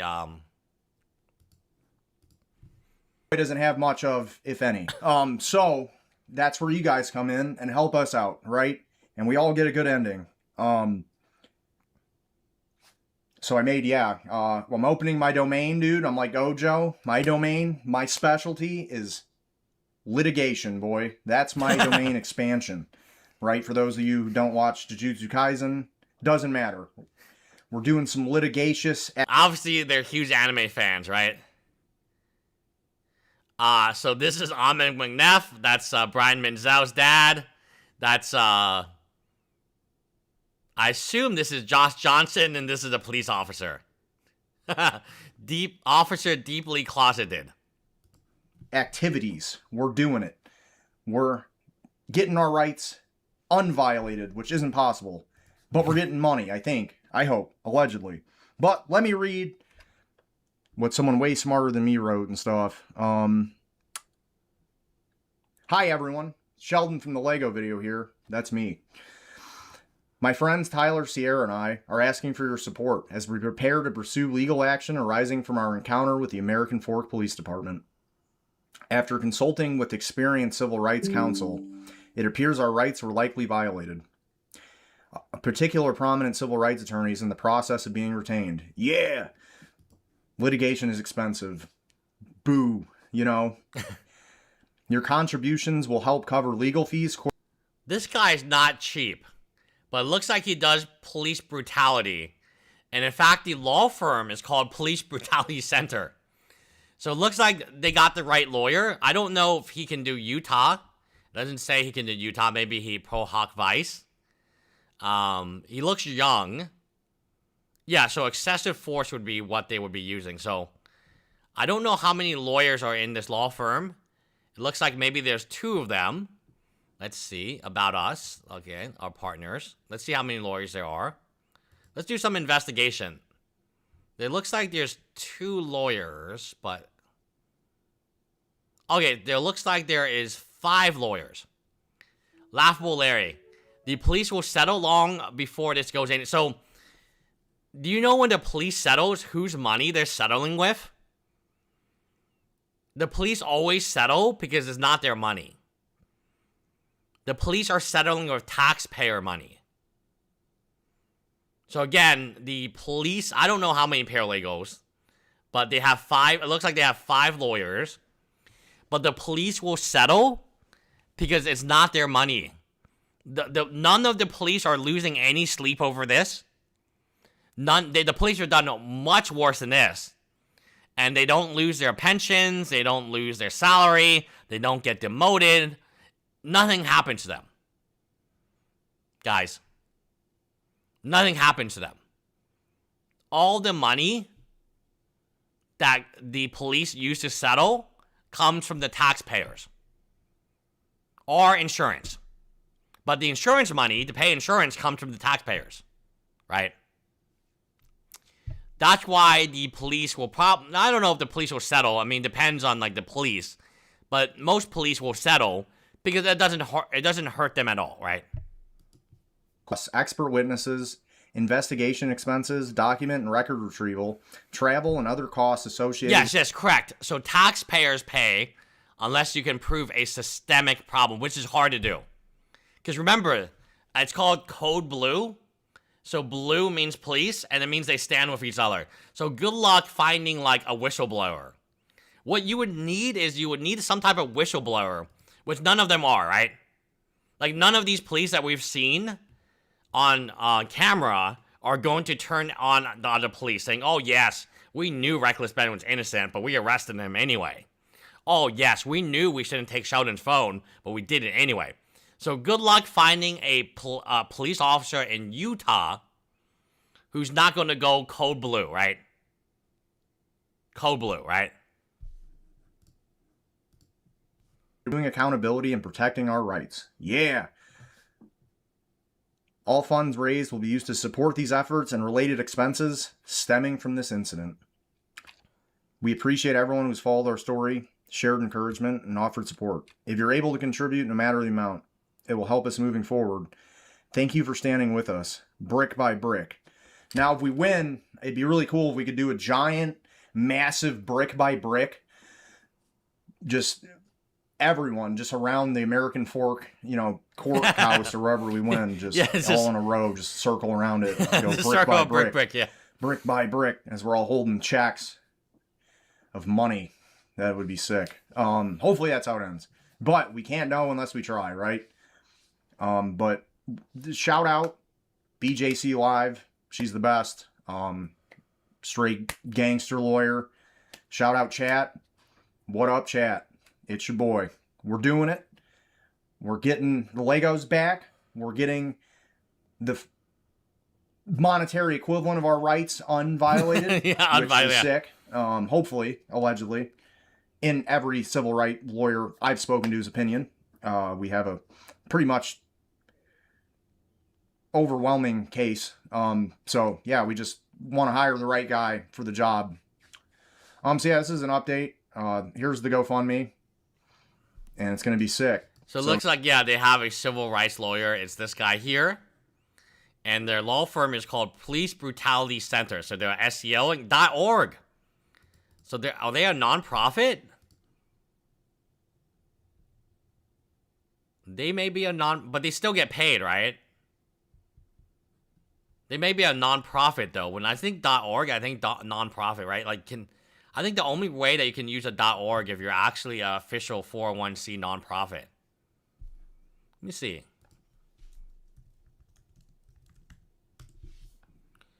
.org.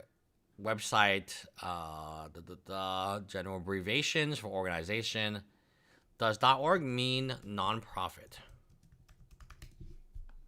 No, it actually doesn't mean that. It was originally created for nonprofits, and it's still highly associated with nonprofits, but anyone, regardless of tax status, can register at .org. Oh, you learn things new all the time. So yes, anyone can get a .org. Yes, shout out to Alex. If you guys want stickers, it has been like 2.5 hours. I'm ready to like fall faint. You can go here to the pinned or to the comment below, and you can buy some stickers to help support us. Yeah, .org I thought was charity only, but I guess anyone can get a .org now. So I can get a .org as well. So, okay. Interesting. So, like, again, I guess they're not a charity. They could be a charity, but they're not obligated to be a charity. I guess that's the way I would phrase it. But yeah, this is them. So, Soman Radar of Radar. So he has his own law group. And this guy is part of a different law firm. So this seems to be like a combination of two different law firms together. It's interesting. I hope they win. Yeah, but we have stickers. Thanks, Alex, for making us the sticker collection. That way you can also support our so anyway, I'm tired. And I'm hungry. So I'm going to log out now. But anyway, we could be going live on Saturday. I think there's like a tier list. Yes, we may or may not be going live Saturday. We will see. If there's breaking news, we'll probably go live Saturday. If there's not breaking news, we'll just have 2 videos. So if we don't go live Saturday, we'll have 2 videos for you Saturday. One of them will probably be Bricks and Minifigs updated. Anyway, bye guys. Yeah, thank you guys for all the donations, all the gifted subs, everything. You guys have been great. Happy Juneteenth, guys.